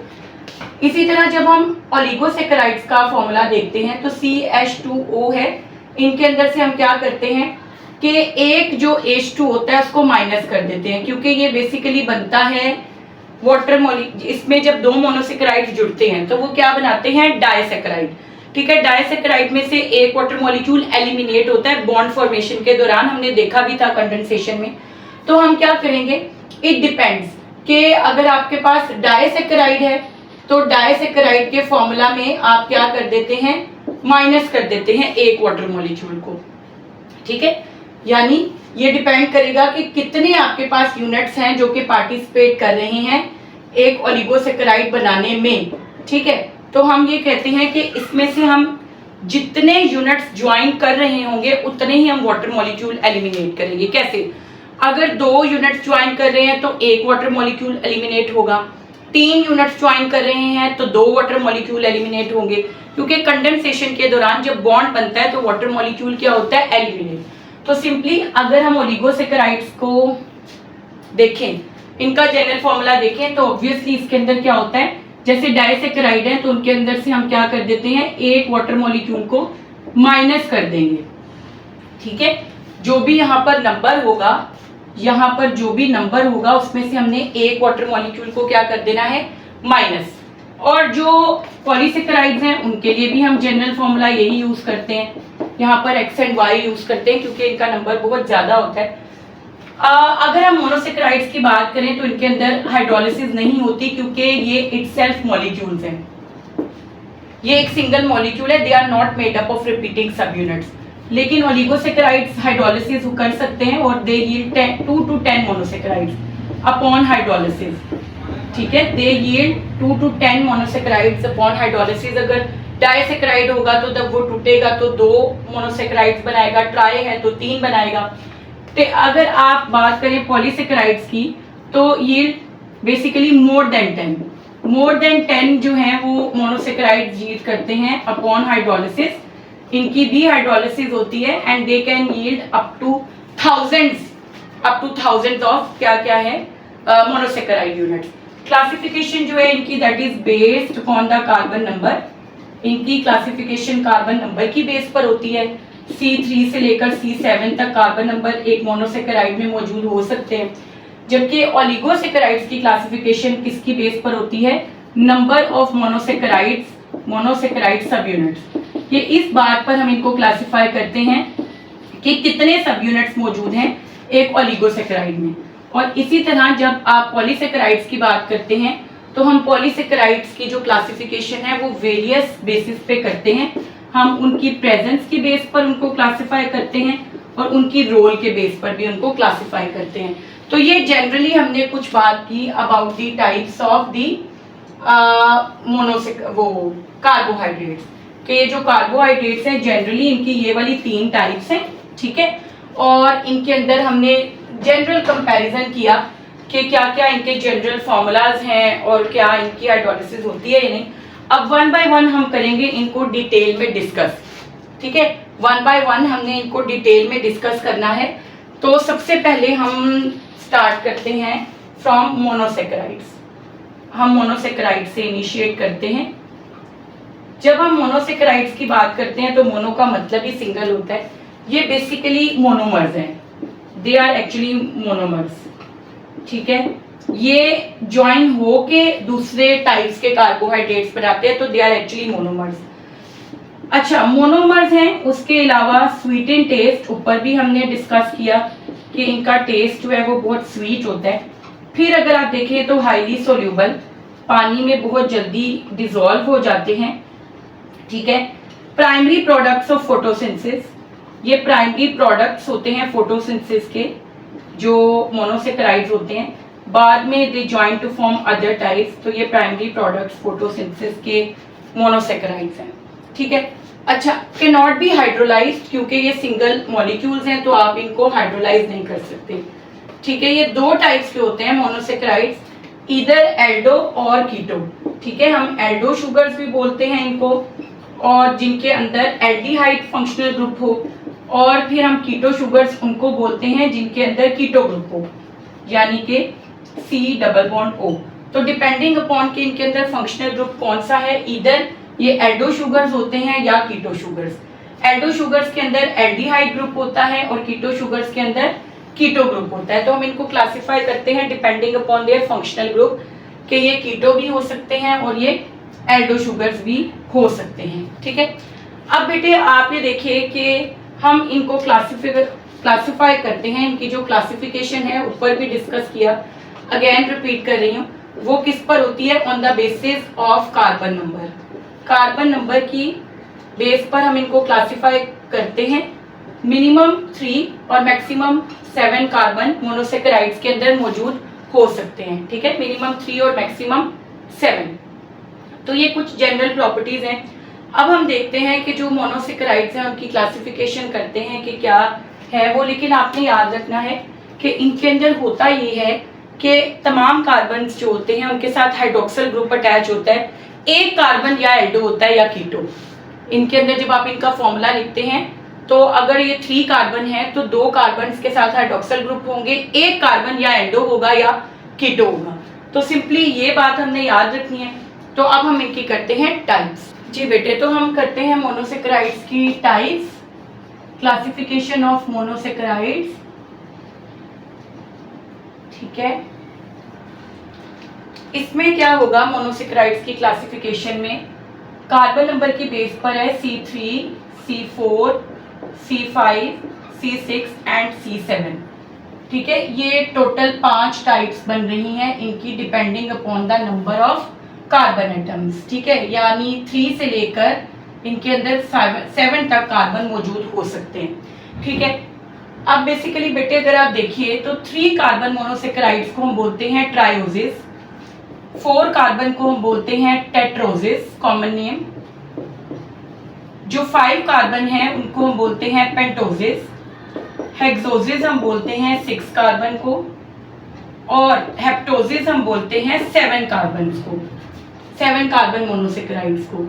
अब इनमें होता ये है कि ये इन सारी शुगर्स की, ये जो 5 टाइप्स की है ना, 1 2 3 4 एंड 5, यहाँ पर हमने क्या देखा, इनका कार्बन नंबर, कि इनके अंदर कार्बन नंबर क्या है।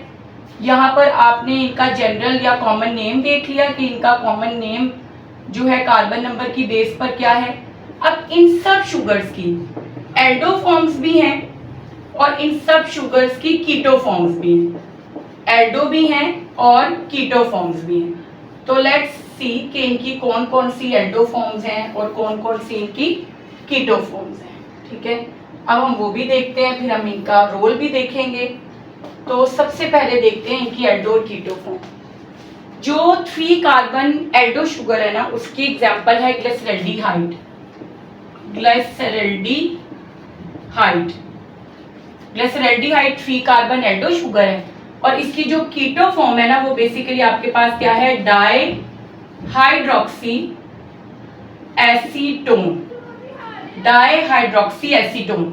टेट्रोसिस में एल्डो शुगर जो है वो हमारे पास क्या आती है, टेट्रोस की जब आप बात करते हैं तो दैट इज एरिथ्रोस, और इसकी कीटो फॉर्म को हम बोलते हैं एरिथ्रोलोज। पेंटोसिस के अंदर 5 कार्बन पेंटो शुगर राइबोस है और कीटो शुगर की एग्जांपल है राइबोलोज।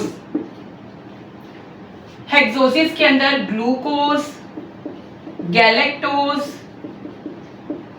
मैनोज, ये सारी एग्जांपल्स हैं एल्डो शुगर्स की, जबकि फ्रक्टोज एक 6 कार्बन कीटो शुगर। ये हेप्टोज जो है वो अगर आप उसकी एल्डो फॉर्म की बात करेंगे तो दैट वुड बी, हमारे पास क्या आएगा, हेप्टोज ये इसकी एल्डो फॉर्म और इसकी कीटो फॉर्म है हेप्टोलोज। ठीक है बेटा, तो ये हमारे पास आ जाती है about their aldo and keto forms. अब हम देखते हैं कि इनका ये प्रेजेंस कहाँ पर होती है या इनका रोल कहाँ पर है। ये सारी शुगर्स के जो आपने नाम पढ़े ये कहाँ पर मौजूद होती हैं और इनके रोल्स क्या क्या हैं। तो let's discuss about their roles.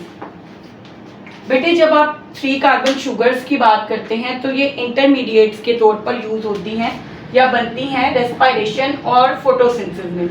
ये इंटरमीडिएट्स हैं ऑफ फोटोसिंथेसिस एंड रेस्पिरेशन।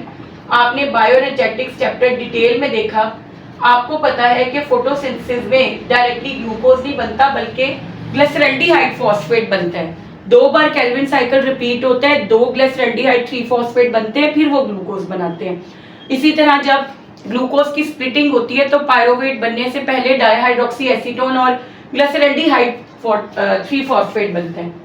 ये रेयर है, ये रेयर इन नेचर हैं जो कि 4 कार्बन है और ये कहाँ पर होती हैं, intermediates in bacterial photosynthesis and respiration. ये जो बैक्टीरियल फोटोसिंथेसिस और रेस्पिरेशन है ना, उसके अंदर एज इंटरमीडिएट्स जो है वो प्रोड्यूस होते हैं। राइबोस बहुत कॉमन है बेटे, याद रखिएगा। ये जो पेंटोसिस है ना, ये वाली 5 कार्बन और 6 कार्बन, ये कॉमन है, ये ज्यादा कॉमन है। राइबोस जो होती है, आपको पता है कि राइबोस मौजूद होती है आरएनए में और इसी की एक फॉर्म है डीऑक्सीराइबोस। डीऑक्सीराइबोस में से एक जो ऑक्सीजन एटम है वो रिमूव्ड होता है और वो कहाँ पर मौजूद होती है, डीएनए में। यानी ये जो 5 कार्बन शुगर है ना राइबोस, ये जो है वो किसका कॉन्स्टिट्यूएंट है, न्यूक्लिक एसिड्स का। राइबोस आरएनए में होती है और डीऑक्सीराइबोस कहाँ पर होती है, डीएनए में होती है। जबकि अगर हम बात करें राइबोलोज की तो आपको पता है राइबोलोज कहाँ पर होती है, रुबिस्को राइबोलोज बिसफॉस्फेट कार्बोक्सिलेज जो होता है वो राइबोलोज फॉस्फेट को बेसिकली कार्बन डाइऑक्साइड के साथ जोड़कर केल्विन साइकिल स्टार्ट करवाता है।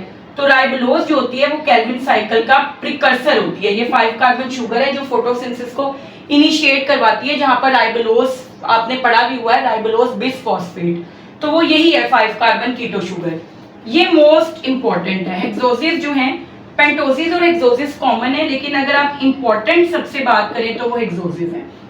ठीक है, हेक्सोसिस में ग्लूकोज जो है वो मेन आपका रेस्पिरेटरी सबस्ट्रेट है, यानी रेस्पिरेशन के दौरान जो हम एनर्जी लेते हैं वो डायरेक्टली ग्लूकोज की ब्रेकडाउन से ही लेते हैं। तो ये फ्यूल ऑफ सेल्स है। हम इसी से अपनी एनर्जी लेते हैं। डायरेक्ट फ्यूल ऑफ सेल्स जो है वो ग्लूकोज ही है। और ये जो बेसिकली हैं 7 कार्बन शुगर, ये भी काफ़ी रेयर इन नेचर हैं और कुछ बैक्टीरियाज के अंदर ही ये मौजूद होती हैं। तो ये तो हमारे पास आ जाती है क्लासिफिकेशन ऑफ मोनोसेकेराइड्स। अब हम थोड़ा सा डिस्कस करते हैं।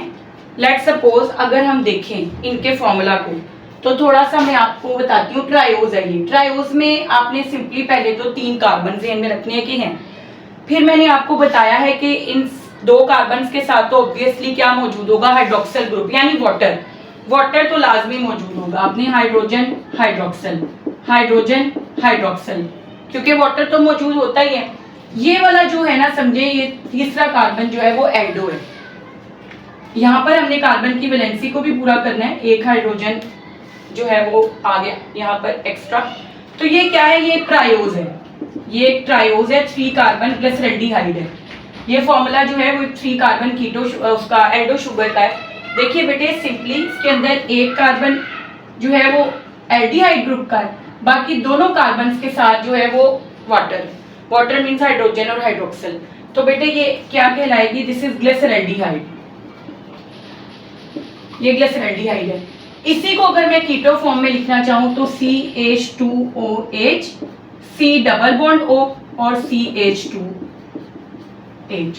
ये आपके पास क्या होता है, ये कीटो है। कीटो में एक कार्बन जो है वो C डबल बॉन्ड O है, वो हमेशा तकरीबन दूसरा कार्बन होता है। जो एल्डो शुगर्स होती है ना, उनके अंदर पहला ही कार्बन एल्डो होता है। एल्डो शुगर्स के अंदर पहला ही कार्बन एल्डो होता है। कीटो शुगर्स के अंदर दूसरा कार्बन होता है जो कि कीटो होता है, यानी दूसरा कार्बन कीटो ग्रुप वाला होगा। तो ये एक कीटो शुगर है जिसका नाम है डाई हाइड्रोक्सी एसीटोन। तो जब आपने, वैसे भी जरूरत नहीं है एमडीकैट में तो फॉर्मूला आपको लिखने के लिए नहीं आना, बस आपने इतना याद रखना है कि अगर एल्डिहाइड ग्रुप है तो एल्डो शुगर और अगर कीटो ग्रुप है तो कीटो शुगर। तो ये 3 कार्बन शुगर्स थी जिसकी हमने एग्जांपल ली। अब बेटे होता ये है कि जब सॉल्यूशन में जाए ना, जब आप इन शुगर्स को पानी में डालते हैं, ठीक है, वैसे तो क्या होता है कि ये एग्जिस्ट करती हैं लीनियर फॉर्म में भी, लेकिन व्हेन इन सॉल्यूशन, जब ये सॉल्यूशन में होती है ना, तो 5 कार्बन और 6 कार्बन शुगर्स रिंग बनाती हैं। 5 carbon and 6 carbon sugars form ring. ये ना रिंग बना लेती हैं, जब आप इनको डालते हैं सॉल्यूशन में ये रिंग बना लेते हैं, ठीक है। 5 कॉर्नर्ड रिंग भी बनाते हैं कुछ शुगर्स, 5 कॉर्नर्ड रिंग बनाती हैं। जो 5 कॉर्नर्ड रिंग होती है उसको हम क्या बोलते हैं, बेसिकली फ्यूरैन। और कुछ शुगर जो होती हैं वो 6 कॉर्नर्ड रिंग बनाती हैं, और 6 कॉर्नर्ड रिंग्स को हम क्या बोलते हैं, बेसिकली पायरैन। पायरैन की टर्म हम यूज करते हैं 6 कॉर्नर्ड रिंग के लिए।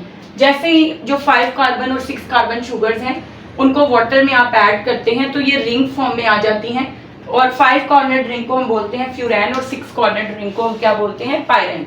अब बेटे आप ये देखिए, लेट सपोज कि ये ग्लूकोज है हमारे पास ना, यहाँ पर मैं आपको बताती हूँ ग्लूकोज है। ग्लूकोज जो है वो एक 3 कार्बन शुगर है, 6 कार्बन, 1 2 3 4 5 6। एक पहला कार्बन तो एल्डो हो गया, मैंने आपको पहले भी बताया था। बाकी सबके साथ क्या है, हाइड्रोक्सिल और हाइड्रोजन। लेकिन यहाँ पर ये है कि कार्बन नंबर 3 के ऊपर जो होता है वो लोकेशन जो होती है या पोजीशन जो होती है OH ग्रुप की वो पहले होती है, ठीक है। सिर्फ ये एक चेंज आता है कार्बन नंबर 3 पे, बाकी सारा इसी तरह है। हाइड्रोजन हाइड्रोक्सिल, वाटर ऐड करना है ना, हाइड्रोजन हाइड्रोक्सिल, और आखिरी कार्बन के साथ एक इजाफी हाइड्रोजन आ रहा है क्योंकि कार्बन की वैलेंसी भी पूरी करनी है। ये एक 6 कार्बन शुगर है। देखिए 6 कार्बन आपने पहले ड्रॉ कर लिए, फिर उसके बाद क्या हुआ कि पहला जो कार्बन है वो एल्डो है, और याद रखना है तीसरे कार्बन के ऊपर हाइड्रोक्सिल पहले, बाकी ये आ गई ग्लूकोज। ये एक 6 कार्बन कौन सी शुगर है, एल्डो शुगर। कीटो शुगर भी है, कीटो शुगर आ जाएगी 6 कार्बन, अगर आप देखें तो फ्रक्टोज 6 है ये। अब पहला जो होगा ऑब्वियसली और जो आखिरी होगा वो इस तरह होगा CH2OH।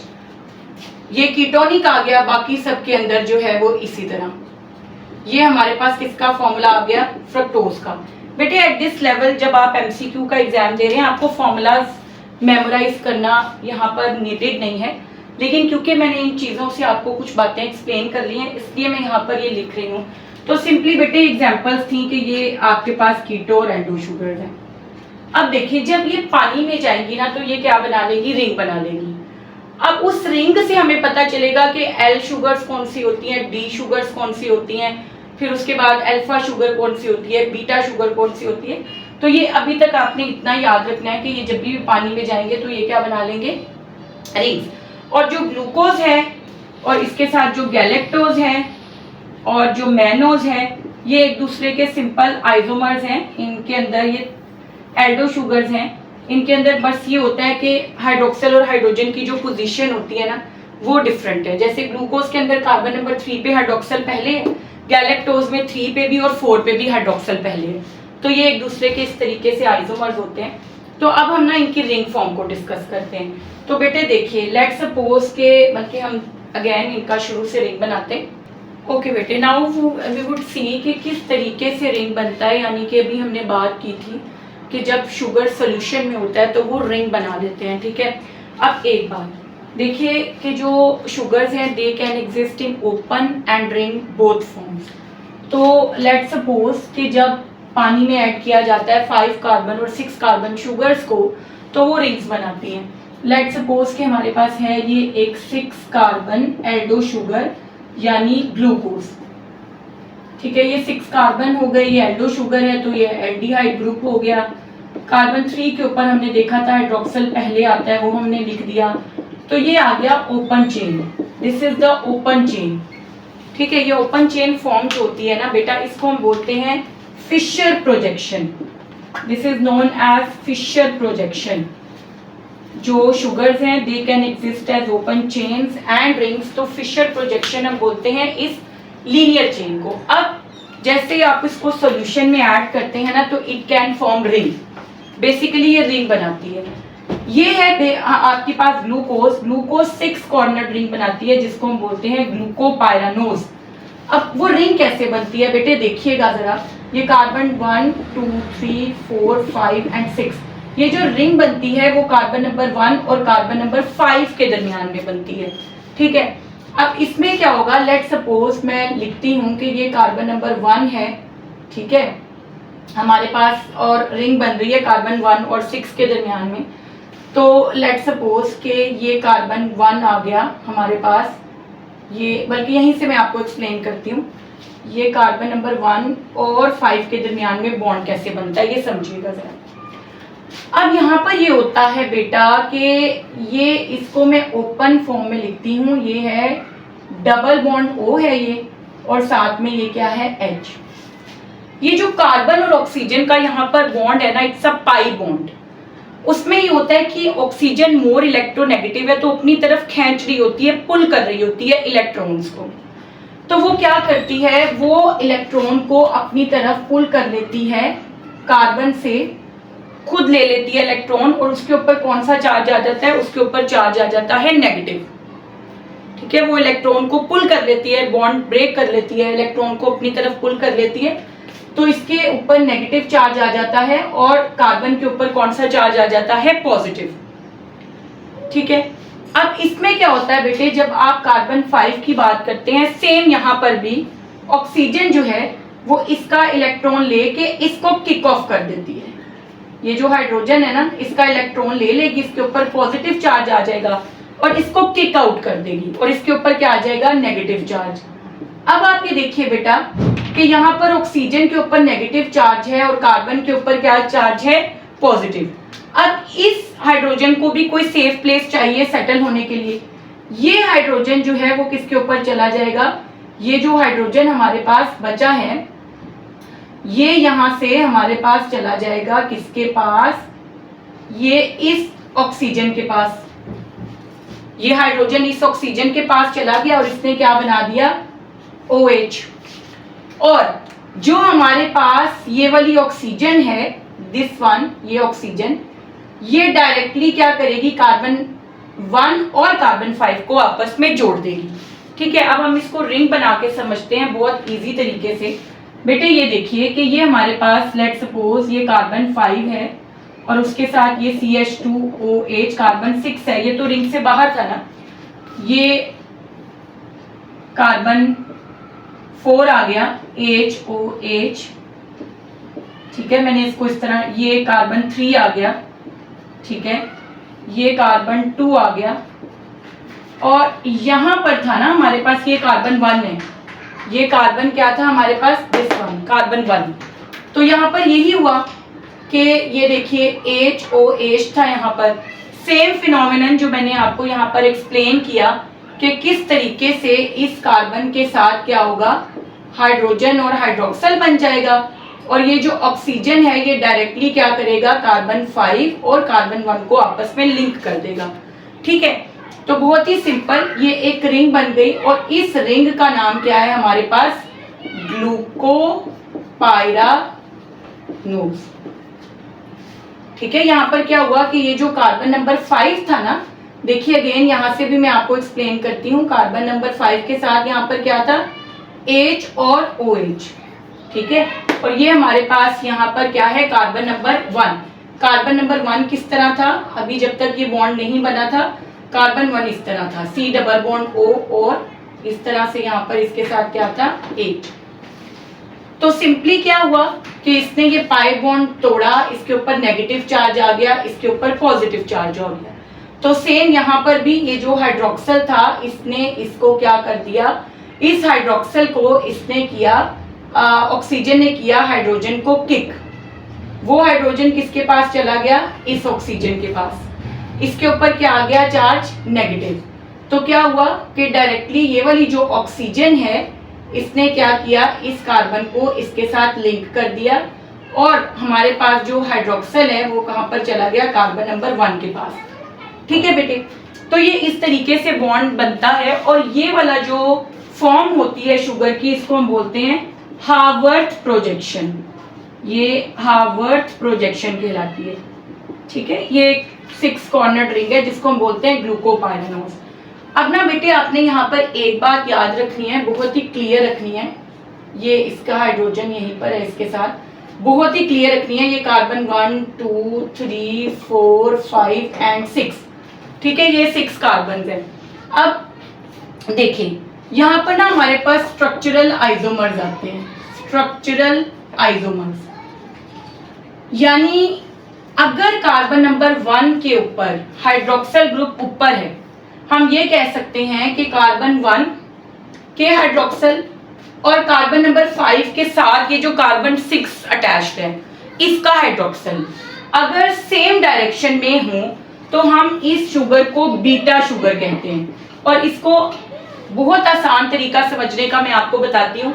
अगर कार्बन नंबर 1 पर हाइड्रोक्सल ऊपर है और हाइड्रोजन नीचे है तो इस शुगर को हम क्या नाम देंगे, बीटा शुगर। लेकिन इसको मैं यहीं पर ड्रॉ करती हूँ कि अगर ये लेट सपोज हमारे पास ये कार्बन नंबर 1 है, carbon number 1 hydrogen hydroxyl, hydrogen hydroxyl carbon 2, carbon 3 पे हाइड्रोक्सल पहले हाइड्रोजन बाद में, हाइड्रोजन हाइड्रोक्सल, फिर यहाँ पर CH2OH और ये हाइड्रोजन बॉन्ड मैंने आपको क्लैरिफाई किया कि कैसे बना है। अगर आपको ना समझ आए तो आप कमेंट कर सकते हैं, मैं अगेन स्पेसिफिकली इस पे एक शॉर्ट वीडियो बना दूंगी कि रिंग्स बनती कैसे हैं।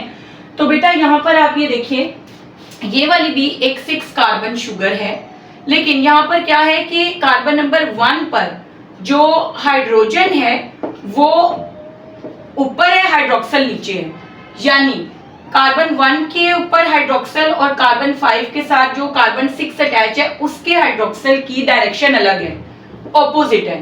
तो हम इसको क्या बोलते हैं, अल्फा शुगर। बेटे आसान याद रखने का तरीका ये है कि आपने कार्बन 1 को देखना है, अगर हाइड्रोक्सल ऊपर है तो बीटा शुगर है, और अगर हाइड्रोक्सल नीचे है तो वो क्या कहलाएगी, अल्फा शुगर। सिंपल ये याद रखें, अगर ऊपर है कार्बन 1 पे हाइड्रोक्सल तो बीटा, और अगर नीचे है तो अल्फा। लेकिन लॉजिकली हम क्या देख रहे होते हैं कि अगर कार्बन 1 के हाइड्रोक्सल और कार्बन 5 के ऊपर ये जो कार्बन 6 का हाइड्रोक्सल है ये सेम डायरेक्शन में है तो अल्फा, और अगर बीटा, और अगर ऑपोजिट डायरेक्शन में है तो अल्फा। तो ये भी लॉजिकली आपको पता होना चाहिए, क्योंकि वो इस तरह भी एमसीक्यूज पूछ सकते हैं कि अगर कार्बन 1 और जो ये कार्बन 6 का हाइड्रोक्सल जो है वो ऑपोजिट डायरेक्शन में है तो कौन सी शुगर है, अल्फा, और अगर सेम है तो बीटा। लेकिन अगर उन्होंने ड्रॉ करके पूछा हुआ है तो आपने कार्बन 1 को देखना है, हाइड्रोक्सल ऊपर है तो बीटा शुगर, और अगर नीचे है तो अल्फा। और हम इन दोनों को एक दूसरे के क्या बोलते हैं, स्ट्रक्चरल आइसोमर्स। और बेटे लीनियर फॉर्म के लिए हम जो लीनियर फॉर्म होती है उसको फिशर प्रोजेक्शन कहते हैं, और जो रिंग फॉर्म होती है उसको हम कहते हैं हावर्थ प्रोजेक्शन। ठीक है बेटा, तो ये आ गए स्ट्रक्चरल आइसोमर्स। अब हमारे पास स्ट्रक्चरल आइसोमर्स के अलावा फंक्शनल आइसोमर्स भी होते हैं। ठीक है, एक होते हैं फंक्शनल आइसोमर्स रिंग फॉर्म में। फंक्शनल आइसोमर्स में क्या होता है, उनका जो फंक्शनल ग्रुप होता है ना वो वेरी कर रहा होता है, यानी एल्डो और कीटो। जैसे अभी आपने ये ड्रॉ किया है ना, तो ये एक एल्डो शुगर है, ये जो ग्लूकोज है इसके अंदर ऑब्वियसली एल्डिहाइड ग्रुप है, तो ये कौन सा है, ये एल्डो शुगर है। ठीक है, इसी की अगर आप एक और कीटो शुगर देखें तो उसका नाम फ्रक्टोज है, और ये ग्लूकोज और फ्रक्टोज एक दूसरे के फंक्शनल आइसोमर्स हैं। क्योंकि ग्लूकोज मैंने अभी ऊपर ड्रॉ किया है, मैं नीचे सिर्फ फ्रक्टोज ड्रॉ करती हूँ। तो जब हम फ्रक्टोज की बात करते हैं तो फ्रक्टोज जो होता है वो है तो 6 कार्बन शुगर, लेकिन वो 5 कॉर्नर्ड रिंग बनाता है अनलाइक ग्लूकोज। इसकी जो रिंग होती है वो 5 कॉर्नर्ड होती है, और यहाँ पर कार्बन 1 और कार्बन 6 दोनों ही चेन से बाहर होते हैं। ठीक है, जैसे ये कार्बन आपके पास जो 6 है, यहाँ पर लेट्स सपोज हम कहते हैं कि ये है C, कार्बन नंबर 1 है लेट्स सपोज OH, CH2OH, फिर यहाँ पर हाइड्रोजन हाइड्रोक्सल, 3 पर हाइड्रोक्सल हाइड्रोजन, कार्बन नंबर 4 जो है वहां पर आ गया, और ये आ गया CH2OH।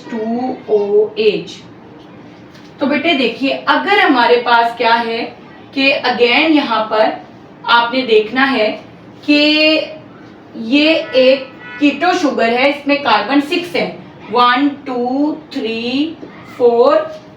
ठीक है, ये देखिए, ये कार्बन नंबर 1 आ गया, ये कार्बन नंबर 2 आ गया, ये कार्बन नंबर 3 आ गया, कार्बन नंबर 4 आ गया, कार्बन नंबर 5 आ गया, कार्बन नंबर 6 आ गया। तो बेसिकली आपके पास क्या है, ये है तो हमारे पास 6 कार्बन शुगर, लेकिन इसने जो रिंग बनाई है वो कौन सी है, 5 कॉर्नर रिंग, इसको हम बोलते हैं फ्रुक्टोफ्यूरानोज। ये है फ्रुक्टोफ्यूरानोज। इसमें कार्बन 6 और कार्बन 1 दोनों ही रिंग से बाहर हैं। ठीक है, तो यहाँ पर आपने देखना है कि ये वाली जो है आपके पास एल्डो शुगर, और ये हमारे पास जो कीटो शुगर है फ्रुक्टोफ्यूरानोज, ये दोनों एक दूसरे के क्या कहलाते हैं, फंक्शनल आइसोमर्स। हम इन दोनों को एक दूसरे के फंक्शनल आइसोमर्स बोलते हैं। ठीक है, तो ये आपने बात एक क्लियरली याद रखनी है कि एक तो स्ट्रक्चरल आइसोमर्स हो गए अल्फा और बीटा, और एक आपके पास हो गए फंक्शनल आइसोमर्स जो कि एल्डो शुगर है और कीटो शुगर है। तो फ्रुक्टोफ्यूरानोज एक कीटो शुगर है, लेकिन इसके कार्बन 1 और कार्बन 6 दोनों ही रिंग से बाहर हैं। अब बेटे एक होते हैं इनएंशियोमर्स। इनएंशियोमर्स कौन से होते हैं, डी एंड एल शुगर। तो हम इनएंशियोमर्स देखते हैं। जी बेटे, तो हम इनएंशियोमर्स देखते हैं। तो इनएंशियोमर्स के अंदर ना हमारे पास होते हैं एक डी शुगर्स और एक एल शुगर्स। ठीक है, एक हमारे पास होते हैं डेक्स्ट्रो और दूसरा होते हैं लीवो sugars.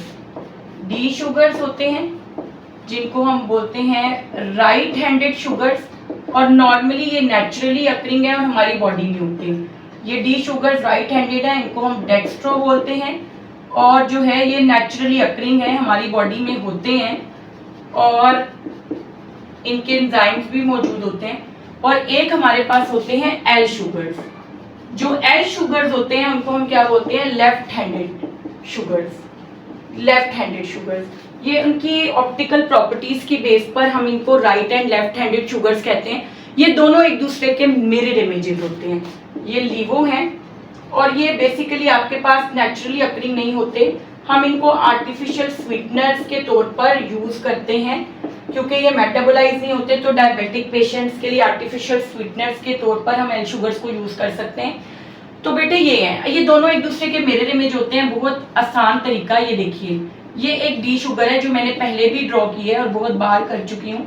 Hydrogen hydroxyl, hydrogen hydroxyl, hydroxyl hydrogen, hydrogen hydroxyl, फिर ये CH2OH, और ये आ गया हाइड्रोजन। ये एक डी शुगर है सिंपल।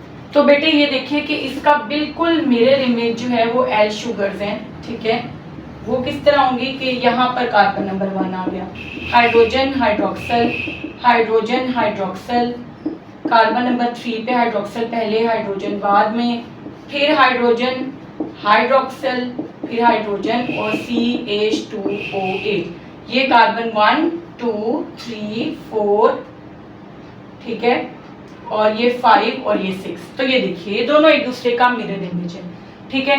ये हमारे पास क्या है, ये क्लॉकवाइज है, और ये वाला जो शुगर है ना, दिस शुगर, ये हमारे पास क्लॉकवाइज है, और ये वाली जो है वो एंटी क्लॉकवाइज है। ये देखिए यहाँ से क्या हो रहा है, ये कार्बन नंबर 1 है और इस तरह ये जा रही है, और ये वाली इस तरीके से बेसिकली कार्बन नंबर जो है वो आगे की तरफ जा रहा है। तो ये क्लॉकवाइज है और ये क्या है हमारे पास एंटी क्लॉकवाइज। तो सिंपली बेटे इनको हम एक दूसरे के एनेंटियोमर्स कहते हैं। नेचुरली अकरिंग डी शुगर्स होती हैं, लेकिन एल शुगर्स को हम आर्टिफिशियल स्वीटनर्स के तौर पर यूज करते हैं।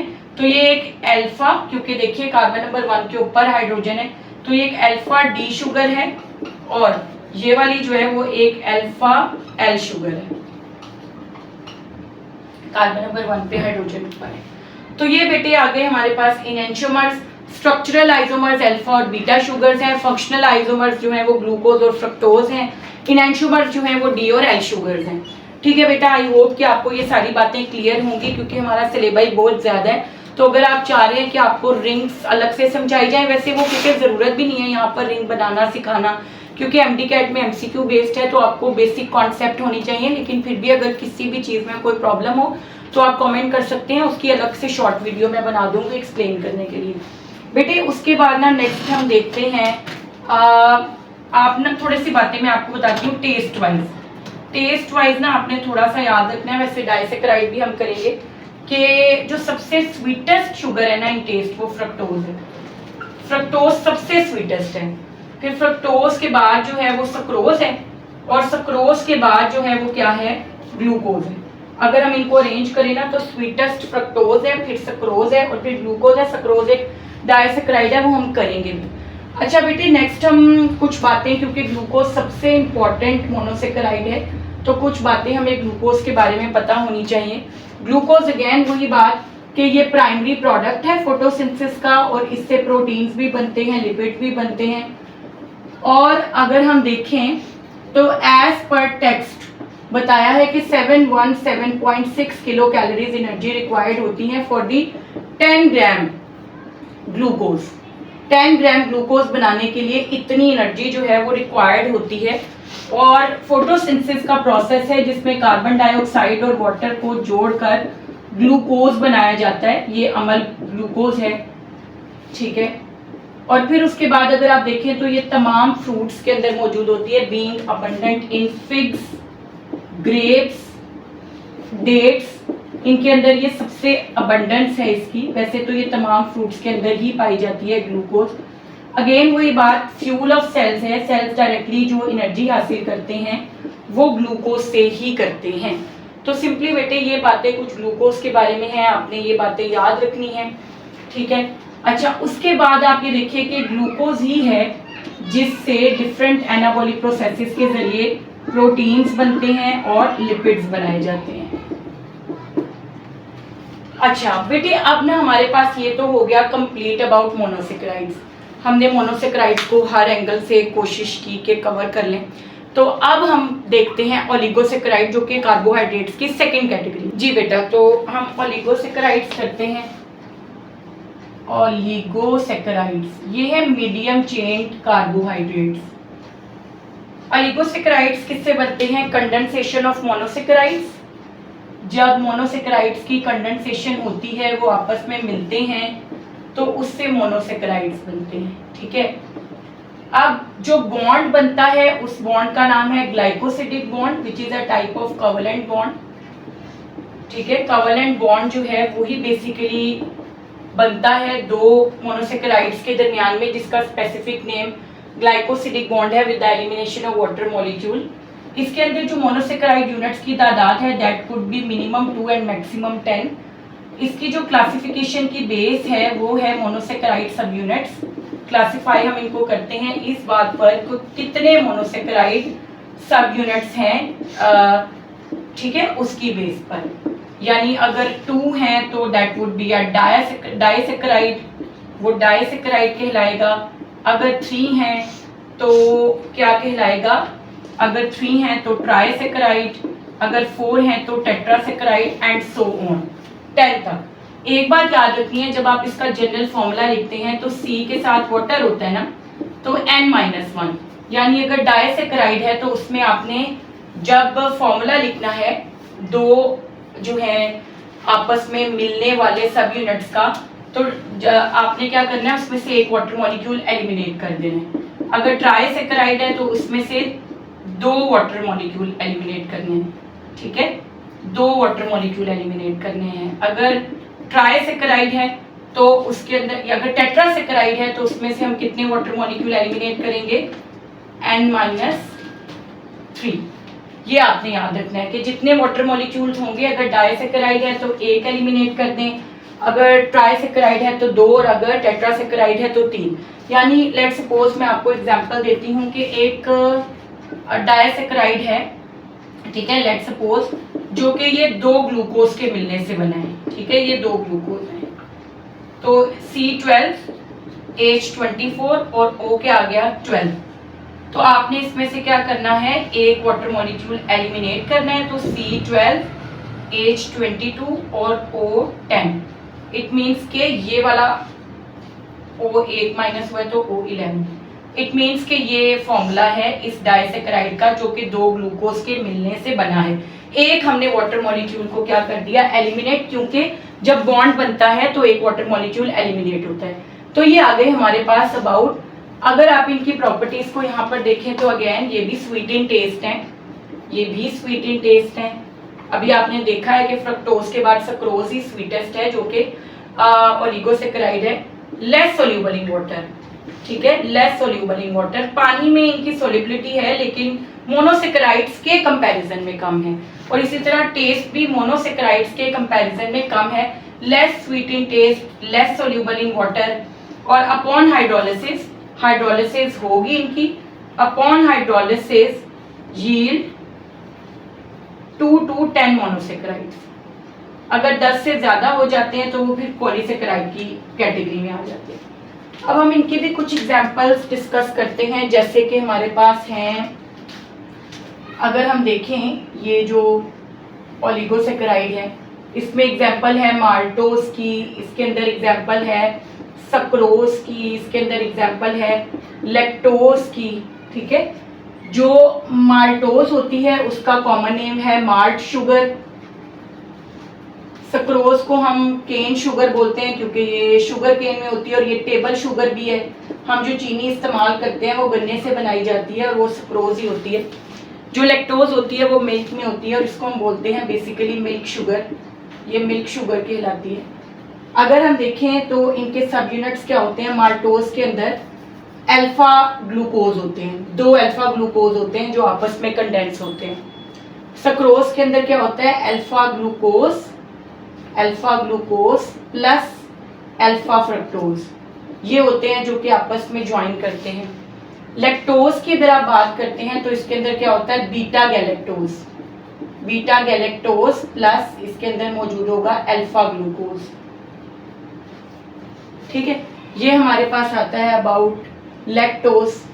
जो माल्टोज होता है उसके दरमियान में लिंकेज क्या होता है, अल्फा 1,4, इसके दरमियान में होता है अल्फा 1,2, और इसका जो होता है वो होता है beta 1,4 in case of lactose, ठीक है बेटा। माल्टोज की डाइजेशन के लिए जो एंजाइम होता है वो माल्टेज होता है। सक्रेज एंजाइम है जो डाइजेस्ट कर सकता है इसको और मोनोसैकेराइड्स में कन्वर्ट कर सकता है, और लैक्टेज किसको कन्वर्ट कर सकता है, लैक्टोज को। तो ये बेटे अबाउट, अगर हम माल्टोज को देखें तो ये फ्रूट्स में होती है, ये ग्रेन्स में होती है, ये कुछ सीरियल्स में भी पाई जाती है, और शुगर केन के अंदर जो है वो क्या मौजूद होती है, सक्रोज, और मिल्क के अंदर क्या मौजूद होती है, बेसिकली लैक्टोज। ये इनकी प्रेजेंस का भी आप देख सकते हैं। अच्छा बेटे ये देखिएगा ज़रा, ये हमने किया है अबाउट मोनोसैकेराइड्स, जिसके अंदर ये कुछ ओलिगोसैकेराइड्स, ये एग्जांपल्स हैं, ये उनके कॉमन नेम्स थे, ये उनके सब यूनिट्स थे कि कौन कौन से हैं, ये उनके लिंकेजेस थे, ये उनके एंजाइम्स जो कि इनको सब यूनिट्स में ब्रेक कर सकते हैं, और ये उनकी प्रेजेंस। ठीक है, ये अबाउट ओलिगोसैकेराइड्स हैं। अब बेटे एक कदम हम ड्रॉ करके भी देख लेते हैं ताकि आपको पता चल जाए कि ग्लाइकोसिडिक बॉन्ड बनता कैसे है। ठीक है, तो फिर हमारा लास्ट टॉपिक रह जाएगा अबाउट जो कार्बोहाइड्रेट्स का लास्ट टॉपिक हमारा रह जाएगा पॉलीसेकेराइड, फिर प्रोटीन्स हैं, लिपिड्स हैं, न्यूक्लिक एसिड्स हैं। खैर अब हम इनको ड्रॉ करके देखते हैं। जी बेटे, तो ग्लाइकोसिडिक बॉन्ड कैसे बनता है अगर हम देखें तो मैं आपको लेट्स सपोज हम माल्टोज बनाते हैं। ये 2 अल्फा ग्लूकोज हैं ये वाले। ठीक है, ग्लूकोज बहुत ही बारी बना चुकी हूँ, दोबारा बना रही हूँ, HOH। ठीक है, ये आ गया, फिर कार्बन 3 पे पहले आ गया, ये आ गया ग्लूकोज। आपने 2 ग्लूकोज मॉलिक्यूल लिख दिए। यहाँ पर O है, अगेन हाइड्रोजन है, हाइड्रोक्सल है, हाइड्रोजन है, हाइड्रोक्सल है, फिर hydroxyl, hydrogen, hydrogen, hydroxyl. Simple, इतनी देर से मैं बना रही हूँ, यही फॉर्मूला आपने बना लिया। अब क्या होगा बेटा, देखिए ये है हमारे पास कार्बन नंबर 1। ठीक है, ये 1 2 3 और ये इसका कार्बन नंबर 4 है। 1 और 4 के दरमियान में क्या होगा, वाटर मॉलिक्यूल एलिमिनेट होगा, एक से हाइड्रोजन आएगा, एक से हाइड्रोक्सल आएगा, वाटर मॉलिक्यूल हो गया एलिमिनेट, और डायरेक्टली ये जो ऑक्सीजन है ये ब्रिज अप कर देगा किनको, इन दोनों कार्बन्स को। ये ऑक्सीजन ने इन दोनों कार्बन्स को ब्रिज अप कर दिया, तो COC ये जो बॉन्ड है this is known as glycosidic bond. ये 1,4 लिंकेज है। इसी तरह जो फ्रक्टोज होता है उसमें जो लिंकेज होता है वो क्या होता है, कार्बन नंबर 1 और 2 के दरमियान में बनता है। ठीक है, वो आपके टेक्स्ट में गिवन भी है। तो इस तरीके से ये लिंकेजेस बनते हैं। जी बेटा, तो हम देखते हैं सक्रोज कैसे बनता है, वो भी देख लेते हैं। सक्रोज के अंदर एक तो है हमारा ये ग्लूकोज आ गया। ग्लूकोज जो है वो क्या है, अल्फा डी ग्लूकोज है। तो वही बात मैं काफ़ी बार बना चुकी हूँ, दोबारा ये फॉर्मूला लिख रही हूँ। ठीक है, और दूसरा हमारे पास इसके अंदर क्या है, फ्रक्टोज। अच्छा बेटे, यहाँ पे करेक्शन कीजिएगा, फ्रक्टोज जो है that is beta fructose. Beta fructose है हमारे पास यहाँ पर, बीटा फ्रक्टोज। ये आ गया CH2OH और यहाँ पर नीचे है OH। ठीक है, सॉरी ये रिंग हमने बनानी थी इस तरह से।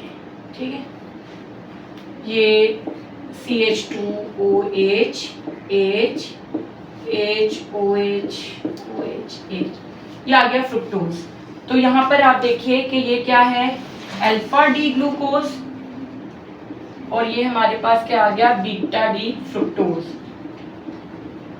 यहाँ पर क्या होगा, कार्बन नंबर 1 से यहाँ पर आप देख सकते हैं कि ग्लूकोज से लेट्स सपोज आया हाइड्रोजन और यहाँ से क्या आया, हाइड्रोक्सल।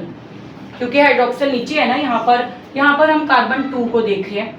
अब आप ये देखिए बेटे क्या हुआ कि ये कार्बन नंबर 1 था, ठीक है, और ये कार्बन नंबर 2 है और हाइड्रोक्सल ऊपर है, हाइड्रोक्सल ऊपर है। यहाँ से क्या हुआ, अगेन वाटर मॉलिक्यूल हो गया एलिमिनेट, और ऑक्सीजन ने इन दोनों को क्या कर दिया, ब्रिज अप कर दिया। ठीक है, ये आपने रेक्टिफाई कर लेना है, बीटा फ्रक्टोज। तो ये क्या बन गया हमारे पास, सक्रोज बन गया। ठीक है, यहाँ पर ऑक्सीजन भी है, यहाँ पर भी ऑक्सीजन है, ये ग्लाइकोसिडिक बॉन्ड बन गया, वाटर मॉलिक्यूल एलिमिनेट हुआ और कंडेंसेशन हो गई। अब हम देखते हैं लैक्टोज। लैक्टोज कैसे बनता है, तो बेटे ये एक तो आ गया हमारा गैलेक्टोज और एक हमारे पास आ गया ग्लूकोज। ये आ गया गैलेक्टोज, लेकिन गैलेक्टोज बीटा है तो हाइड्रोक्सल ऊपर है।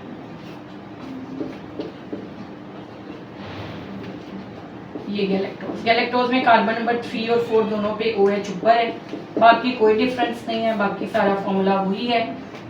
और ग्लूकोज तो हम बना ही रहे हैं, बार बार बना रहे हैं। ये आ गया, ठीक है, ये आ गया,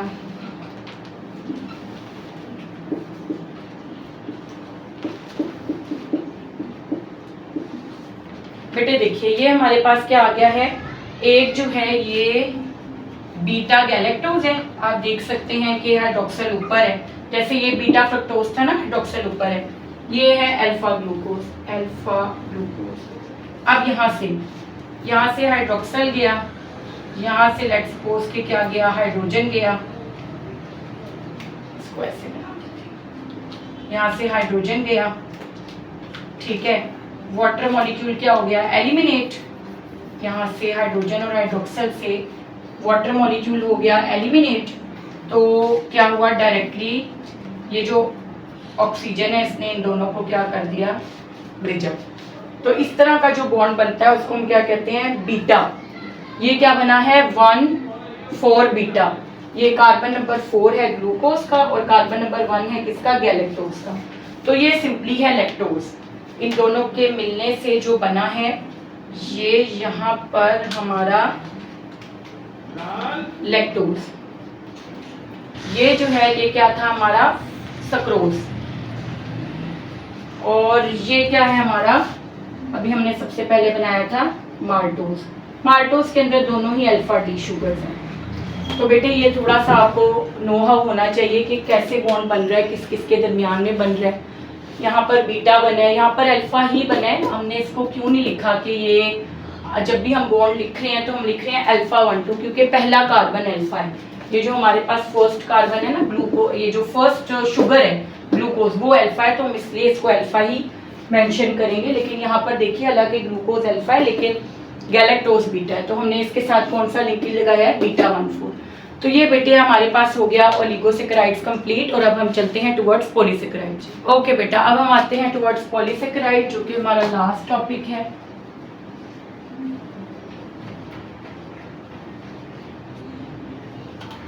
अगर हमारे पास जो मोनोसेकेराइड सब यूनिट्स हैं वो 10 से ज़्यादा हैं और चाहे हज़ारों तक हैं तो हम उनको क्या बोलेंगे, पॉलीसेकेराइड्स।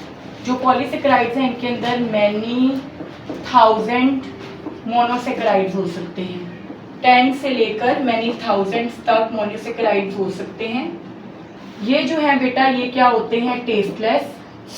ये जो होते हैं हाईली इनसोल्यूबल होते हैं, ये पानी में डिजोल्व नहीं होते। हाई मॉलिक्यूलर वेट होता है इनका, ये मैक्रो मॉलिक्यूल्स होते हैं और इनका मॉलिक्यूलर वेट बहुत ज़्यादा हाई होता है, ठीक है।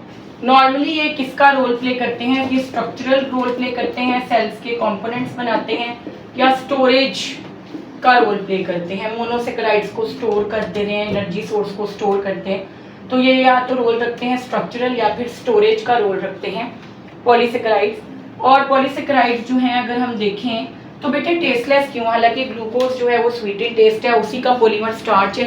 वो क्यों टेस्टलेस है, क्योंकि मॉलिक्यूलर वेट ज़्यादा होने की वजह से, मॉलिक्यूल का साइज लार्ज होने की वजह से टेस्ट वो पानी में डिजोल्व नहीं होते। जब तक कोई चीज़ डिजोल्व नहीं होगी तब तक उसका टेस्ट डिटेक्ट नहीं हो सकता, क्योंकि जो टेस्ट बड्स होते हैं वो डिजोल्व फॉर्म में केमिकल्स को डिटेक्ट करते हैं। तो ये तो इनसोल्यूबल होते हैं, तो ये डिजोल्व नहीं होते, जिसकी वजह से हम इनका टेस्ट डिटेक्ट नहीं कर पाते।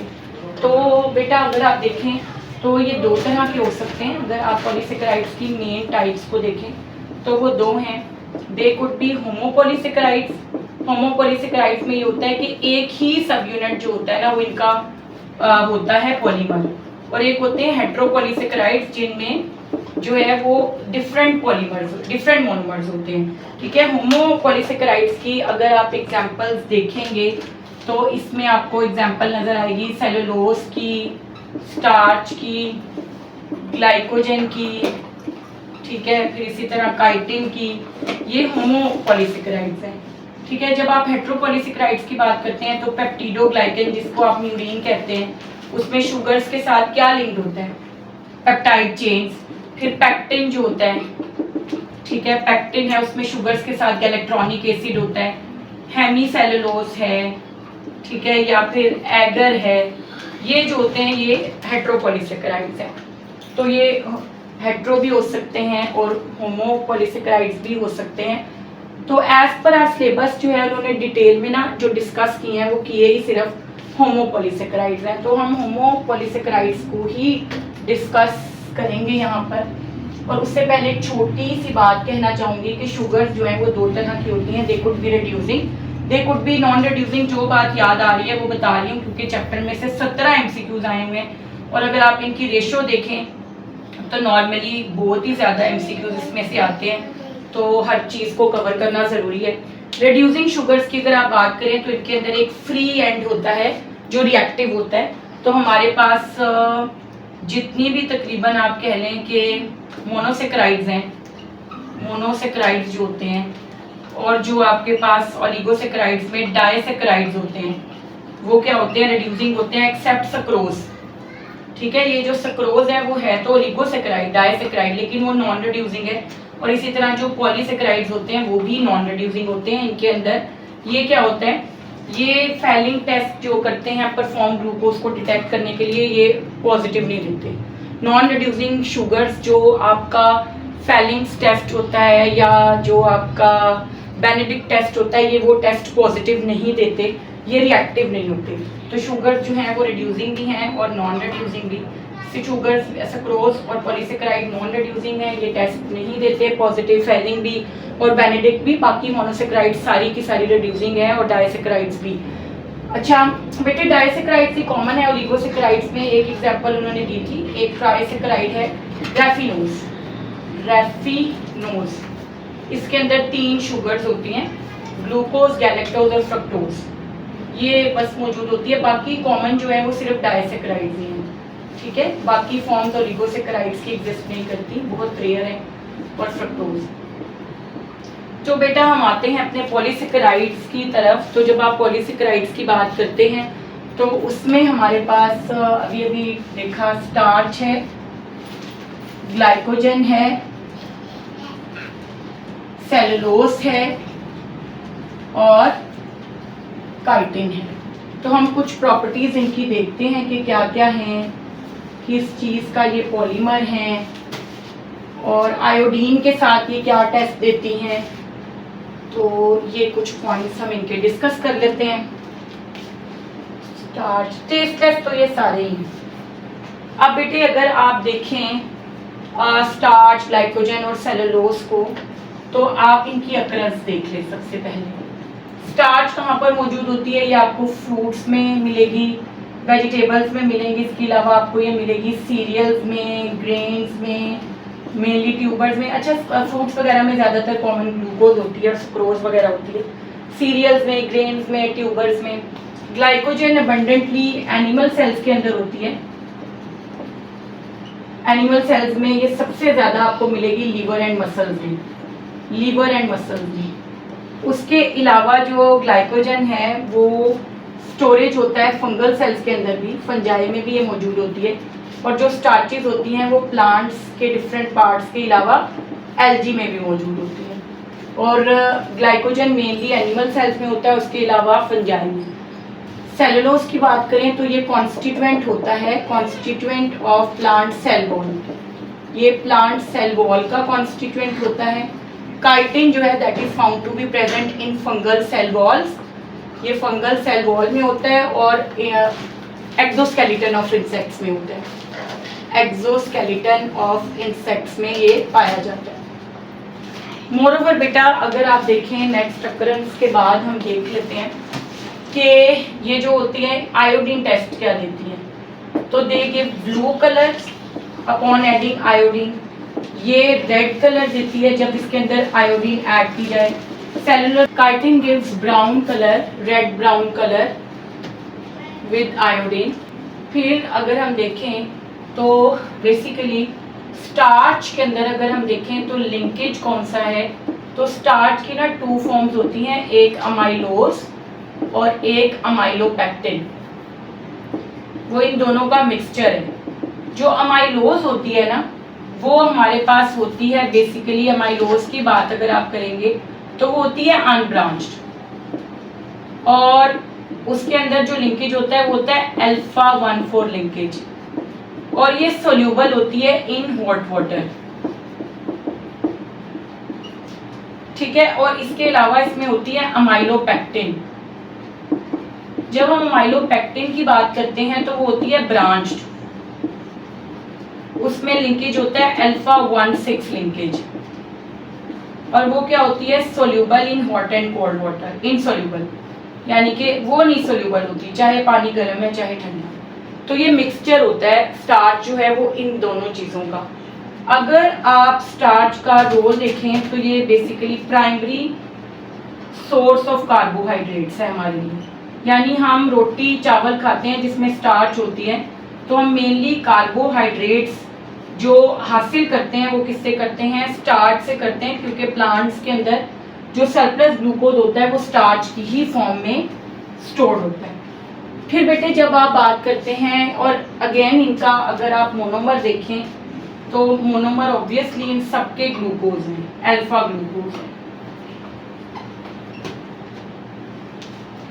फिर बेटे जब आप ग्लाइकोजन की बात करते हैं तो ग्लाइकोजन का लिंकेज ये ना हाईली ब्रांच्ड होती है। ये जो ग्लाइकोजन होती है ना, इट इज हाईली ब्रांच्ड। इसके अंदर भी अल्फा 1,4 लिंकेजेस भी होते हैं, लेकिन इसके अंदर अल्फा 1,6 लिंकेजेस बहुत ज़्यादा होते हैं। अल्फा 1,6 लिंकेजेस जो होते हैं वो ज़्यादा होते हैं, जिसकी वजह से इजी टू क्लीव, इसके ऊपर बहुत सारी साइट्स होती हैं जिससे इसको तोड़ना ज़रा आसान होता है स्टार्च के मुकाबले में। तो ग्लाइकोजन हाईली ब्रांच्ड होती है और अपना सरप्लस ग्लूकोज एनिमल्स इसी फॉर्म में स्टोर करते हैं। अगर आप रोल देखें तो स्टोरेज ऑफ ग्लूकोज, ठीक है, इन एनिमल्स मेनली, या फिर फंजाई, वो ग्लाइकोजन की फॉर्म में होता है। और इसके मोनोमर्स भी क्या हैं, अल्फा ग्लूकोज। फिर बेटे जब आप सेलुलोज की बात करते हैं तो सेलुलोज जो होता है वो अनब्रांच्ड होता है, वो अनब्रांच्ड होता है और उसके अंदर होता है बीटा 1,4 लिंकेज, बीटा 1,4 लिंकेज, ठीक है।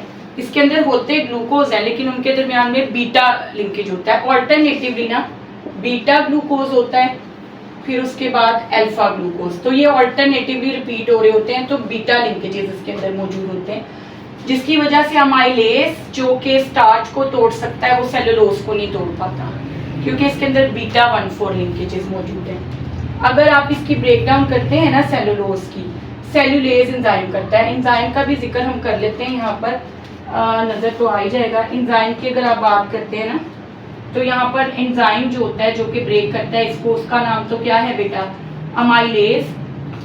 जो ग्लाइकोजन को ब्रेक डाउन करता है वो है ग्लाइकोसाइडेज, अल्फा ग्लाइकोसाइडेज। जब आप सेलुलोज की बात करते हैं तो ये क्या बनाता है, cell wall of plants and algae. और ये अगर हम देखें तो प्योर फॉर्म ऑफ सेलुलोज पता है क्या है, कॉटन। और इसके जो सब यूनिट्स हैं वो बीटा और अल्फा ग्लूकोज हैं ऑल्टरनेटिवली, ठीक है। और यहाँ पर जो एंजाइम इसको तोड़ सकता है वो है सेलुलेज, सेलुलेज इसको तोड़ सकता है, जो हमारे अंदर नहीं होता। हाँ, कुछ हर्बीवोर्स की गट में, हर्बीवोर्स के तमाम की गट में बैक्टीरिया रहते हैं जो उनको सेलुलेज बना के देते हैं, तो उनमें ये हो सकता है डाइजेस्ट। जैसे जो अमाइलेज टूटता है ना, तो वो अमाइलेज जब तोड़ता है स्टार्च को तो माल्टेज बनाता है, इसी तरह जब सेलुलेज सेलुलोज को तोड़ता है ना तो एक डाइसैकेराइड बनती है जिसको हम बोलते हैं सेलोबायोज। फिर बेटे काइटिन है, काइटिन भी अनब्रांच्ड होती है, ये भी अनब्रांच्ड है। तो बेटा इसमें भी just like cellulose beta 1,4 linkage है, लेकिन यहाँ पर ग्लूकोज की मॉडिफाइड फॉर्म होती है जिसको हम बोलते हैं एन एसिटाइल ग्लूकोज अमाइन। ये पॉलीमर होता है एन एसिटाइल ग्लूकोज अमाइन का, जो कि क्या होता है, बीटा ग्लूकोज, लेकिन मॉडिफाइड होता है एन एसिटाइल ग्लूकोज अमाइन। और बेटे ये कहाँ पर होता है, फंगल सेल वॉल। ऊपर भी जिक्र किया था कि फंगल सेल वॉल ये बनाता है, ठीक है।